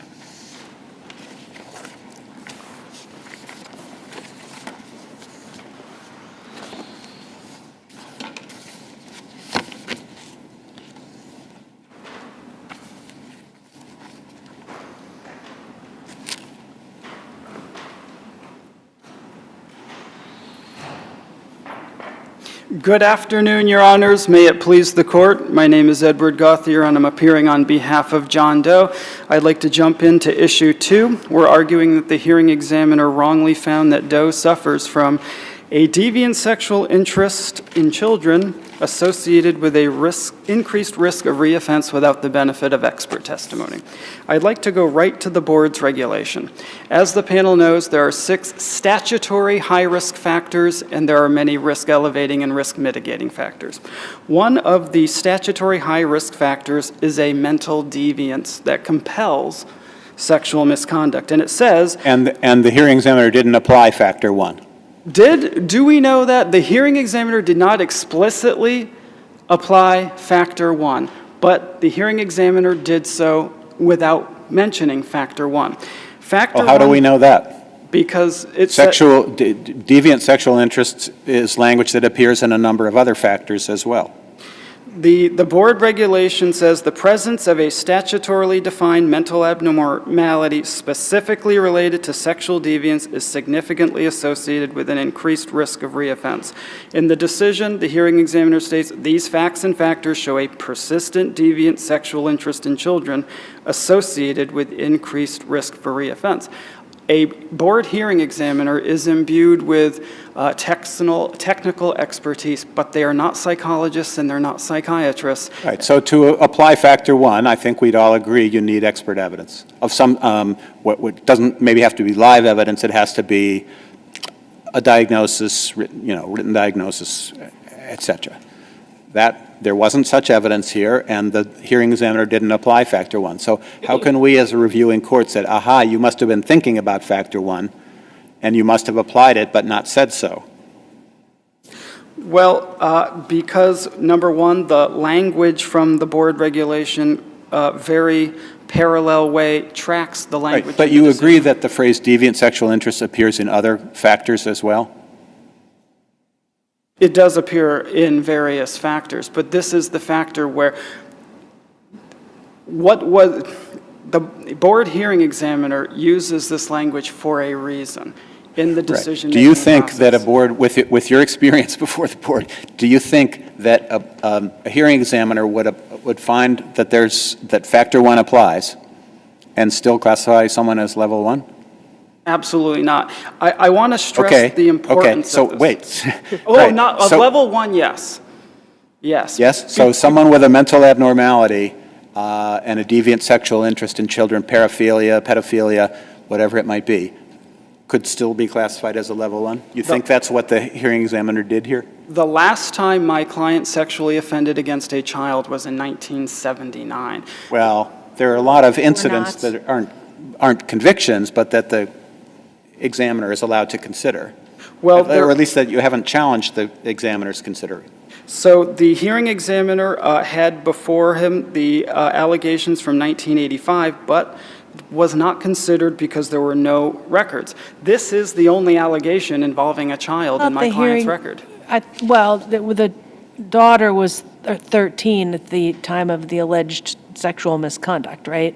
13 to 21, yes. Right. So the SORB seems to concede that was pubescent, not prepubescent, but although how we would know based on lack of information about her development, I don't know, but. We don't know anything about that victim's development. But the importance of this factual finding, if we look at the high risk and risk elevating factors the hearing examiner found, they're all at least 20 years old. The repetitive and compulsive behavior ended in 2004. The adult offender with a child victim was from 1979. All of the risk elevating factors regarding the actual conduct are over 20 years old. It was this statement that my client has a deviant sexual interest in children, which is not supported by expert testimony. This is the one current risk elevating factor. All of the risk mitigating factors in this case, from age to offense-free time in the community to my client's physical condition to the supports he has, are all present. All of my client's sexual offending is over 20 years old, except the one statement by the hearing examiner, a finding that is not supported by the record or expert testimony, that my client currently suffers from a deviant sexual interest in children. That is, in my mind, in my experience, the most important statement by the hearing examiner because if the hearing examiner had not used the word deviant, would you be able to make the same argument you're making? I would make the same argument. It wouldn't be as strong because deviant sexual, the statutory language says that pedophilia is a paraphilia. It is a statutorily defined paraphilia. It is found within the regulation. So an individual who is found by a hearing examiner to have the diagnosis of pedophilia, that is a high risk factor. That is a deviant sexual interest in children. Right, but if the label deviant were not applied, would you have the argument that nevertheless the hearing examiner must have been applying factor one, which she couldn't do without the expert evidence? Is any adult who has a sexual interest in children not deviant? I think that's kind of a superfluous word. An adult who has a sexual interest in prepubescent children is, by his nature, deviant. So then an adult who has sexual interest in children can't be classified unless there's expert evidence of mental abnormality? No, what I'm saying is a hearing examiner does not have the medical, psychiatric, or psychological training and experience necessary to diagnose someone with a sexual interest in And the children. hearing examiner would probably agree with you and say that's why I didn't apply factor one. If the hearing examiner had said, I'm not applying factor one here because there's no expert evidence of a mental abnormality, would you still be making the same argument? The argument that the hearing examiner must have nevertheless applied it? Well, there's actually two parts. The one part is, yes, I agree that there was no explicit mentioning of factor one. And if the hearing examiner said, I'm not applying factor 1, there's still the problem of making a determination that my client has a deviant sexual interest in children based on his very aged conduct. So it's not just that the hearing examiner found deviant sexual interest without an expert, it's that the hearing examiner found it all based on the record of the case. Issue number 1 deals with the denial of my client's motion for expert funds. And again, we take issue with the hearing examiner essentially, who again is not a doctor, making a determination based on reviewing my client's statement and medical records, exactly what my client's medical conditions at the time of the hearing meant in terms of his risk of reoffense. Well, so the board says that basically the examiner accepted the medical evidence that Doe presented and accepted Doe's physical conditions and limitations as described. Do you disagree with that? The hearing examiner gave my client moderate mitigating weight for factor 31, and in her decision, she does reference the medical records and the motion for funds. Our position is she was not entirely capable of weighing that evidence without the benefit of a physician. These are just medical records that were submitted. They're very clear that my client has cervical disc disease, myelopathy, a whole host of problems confined to his home. The MetLife document says my client cannot walk. He can only walk. Well, except it also says he's relying on a wheelchair part-time. He's rehabbing a tractor. And he doesn't even seem to contend that he was entirely incapable of future offending. Does he? My client? Yeah. Is incapable of future offending? He's not arguing that he said he relies on a wheelchair part-time or most of the time, but that means he doesn't rely on it all of the time, doesn't it? According to the record, he can stand intermittently to perform household tasks. He's not bed-bound and he's not wheelchair-bound, Right. if that's the question. No, he's not paralyzed from the waist down or the neck down. He can intermittently stand and move about and grasp and bend and lift, but not significantly. That's clear from the medical record. What's the best case scenario for the weight that could have been given if Dr. Jackson had been added to the record? I don't think it's necessary. Well, full weight would be more than moderate weight for whatever that means, but I think an expert would more fully detail than notes in a medical record exactly what his limitations are. The hearing examiner, board counsel, we could have asked his treating physician hypothetical scenarios. Given his current physical condition, what exactly within the realm of criminal offending is possible? What are the likely scenarios? All we know is he can't work, he doesn't walk well, he has back pain, neck pain.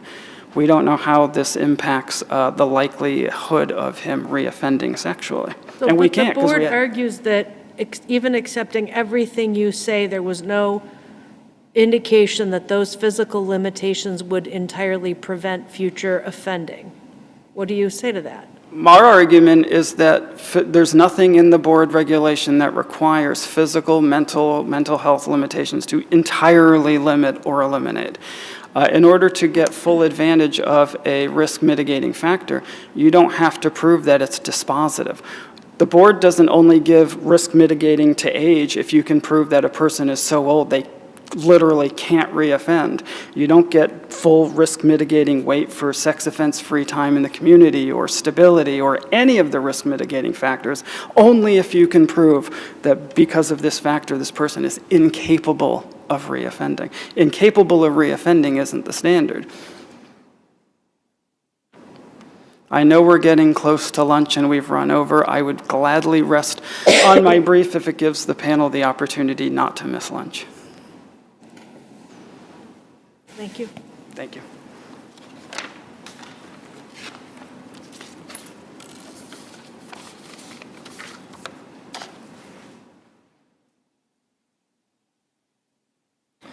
Good afternoon. May it please the Court. Christopher Bohr on behalf of the Defendant Appellee Sex Offender Registry Board. Just quickly with respect to the motion for expert funds, I would suggest that the hearing examiner's ruling denying the petitioner's motion for expert funds was in fact reasonable and was not an abuse of discretion. As she outlined in her decision, the hearing examiner specifically stated why she did not feel that an expert would be helpful in making her overall risk determination. And the case law is specifically clear that the reason for expert funds is not necessarily to assist the particular petitioner, it's to in fact assist the hearing examiner in making their risk assessment, overall determination and classification level. In this particular instance, the hearing examiner specifically stated that the expert, which would be a medical doctor, does not have any specific expertise in the area of sexual recidivism. That's the first part. The second part, the hearing examiner indicated that the documentation that was submitted by the expert that they were looking for was self-explanatory, for lack of a better term.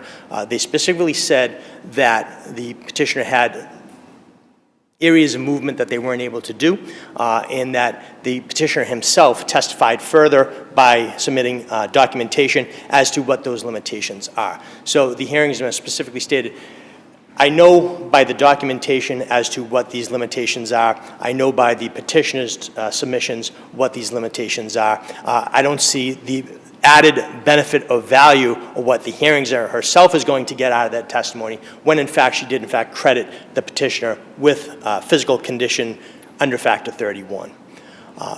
Moving along to the So his argument back is, well, they could have still done a different weight to the factor. Could have. I'm not the particular hearing examiner, so I can't say for sure. But I think the hearing examiner noted herself in the ruling in the beginning of the decision that she felt it wasn't necessary, and that the particular expert that he was looking for would not have changed her decision-making process under Factor 31, which indeed she credited, and in fact mentioned the fact that the physical condition he's now in would prohibit him from engaging in conduct towards the biological daughter, which was more forceful, but did recognize in terms of the manipulation of the hands and fingers, which he could still do under the documentation.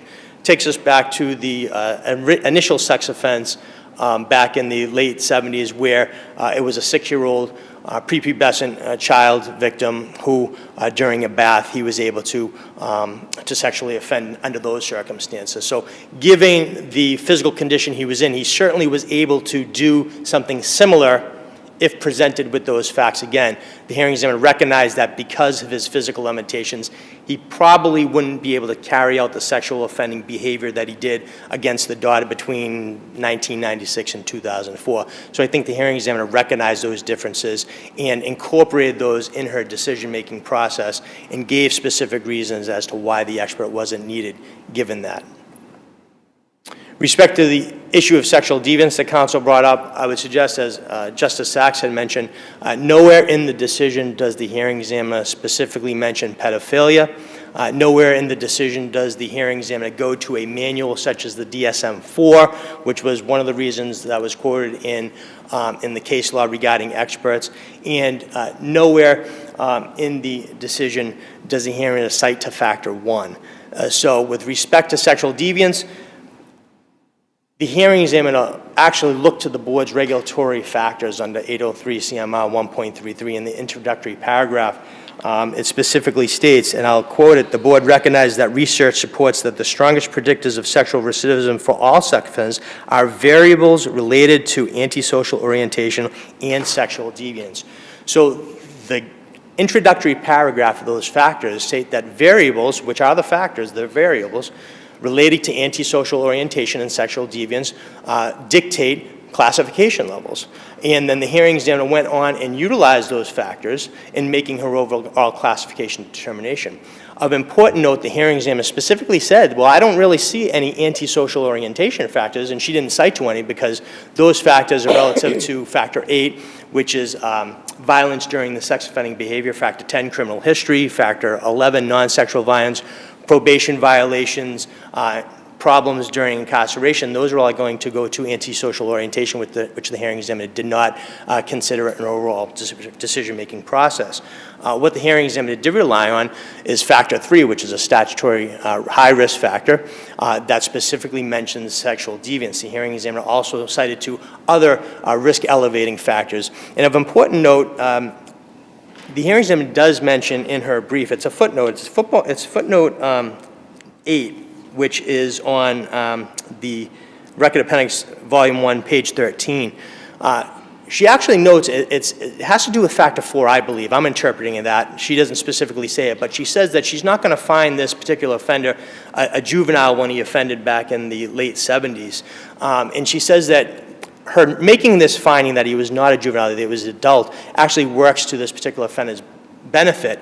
And the reason why I believe that she says that is because that would then implicate statutory high-risk factor, factor 4, which again goes to sexual deviance. The language is right in that factor. So she's recognizing the fact that by not seeing this particular offender as a juvenile, she's eliminating the application of statutory high-risk factor, factor 4, which increases sexual deviance that she used under factor 3.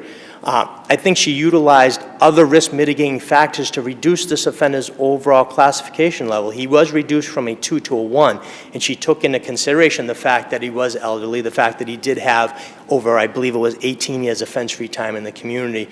So when you took into consideration those mitigating factors, I think what the hearing examiner appropriately did was make this reduction from a 2 to a 1, but ultimately because of the fact that he had the sex offenses in the late 70s, had the issues that she found regarding sexual misconduct in the 1990s and in 2000 to 2004, but then she made a finding regarding the incident in 2009, wasn't found to be sexual misconduct, but she did still find it of note that the petitioner was riding his motorcycle opposite a bus stop with a 13-year-old child and was staring at her. So that was considered under factor 37. So you have a period of approximately 30 years where the offender continued to be involved with offending conduct regarding children. So one of the points he makes is that there's a very great significance to this level 1 finding, because that he can't get into senior living, he couldn't get into a nursing home. Do you have any response to that? Because, I mean, that's a huge burden on him. I don't believe that to be the case. As I recollect, there was a part of the statute that, and I didn't foresee this question coming, so I apologize. There was a part of the statute that indicated that I believe level 3s were not allowed to be in nursing homes. I forget the specific part of the statute. There was a declaratory judgment where a superior court indicated that provision was unconstitutional. So I don't believe there's any particular part of the law which prohibits individuals from going into nursing homes. And even if that was the case, that may have been the case under the old law if it was a level 2, but it's certainly not the case with respect to a level 1. So I don't think that particular issue would be applicable given the circumstances that we sit here today. And unless there's any other questions from the panel, I would rest on my brief and let you guys go to lunch as well. Thank you. Thank you. Thank you very much. The case is submitted. That concludes our session for today. I want to thank our staff and our court officers for all their help in getting us through today's sitting.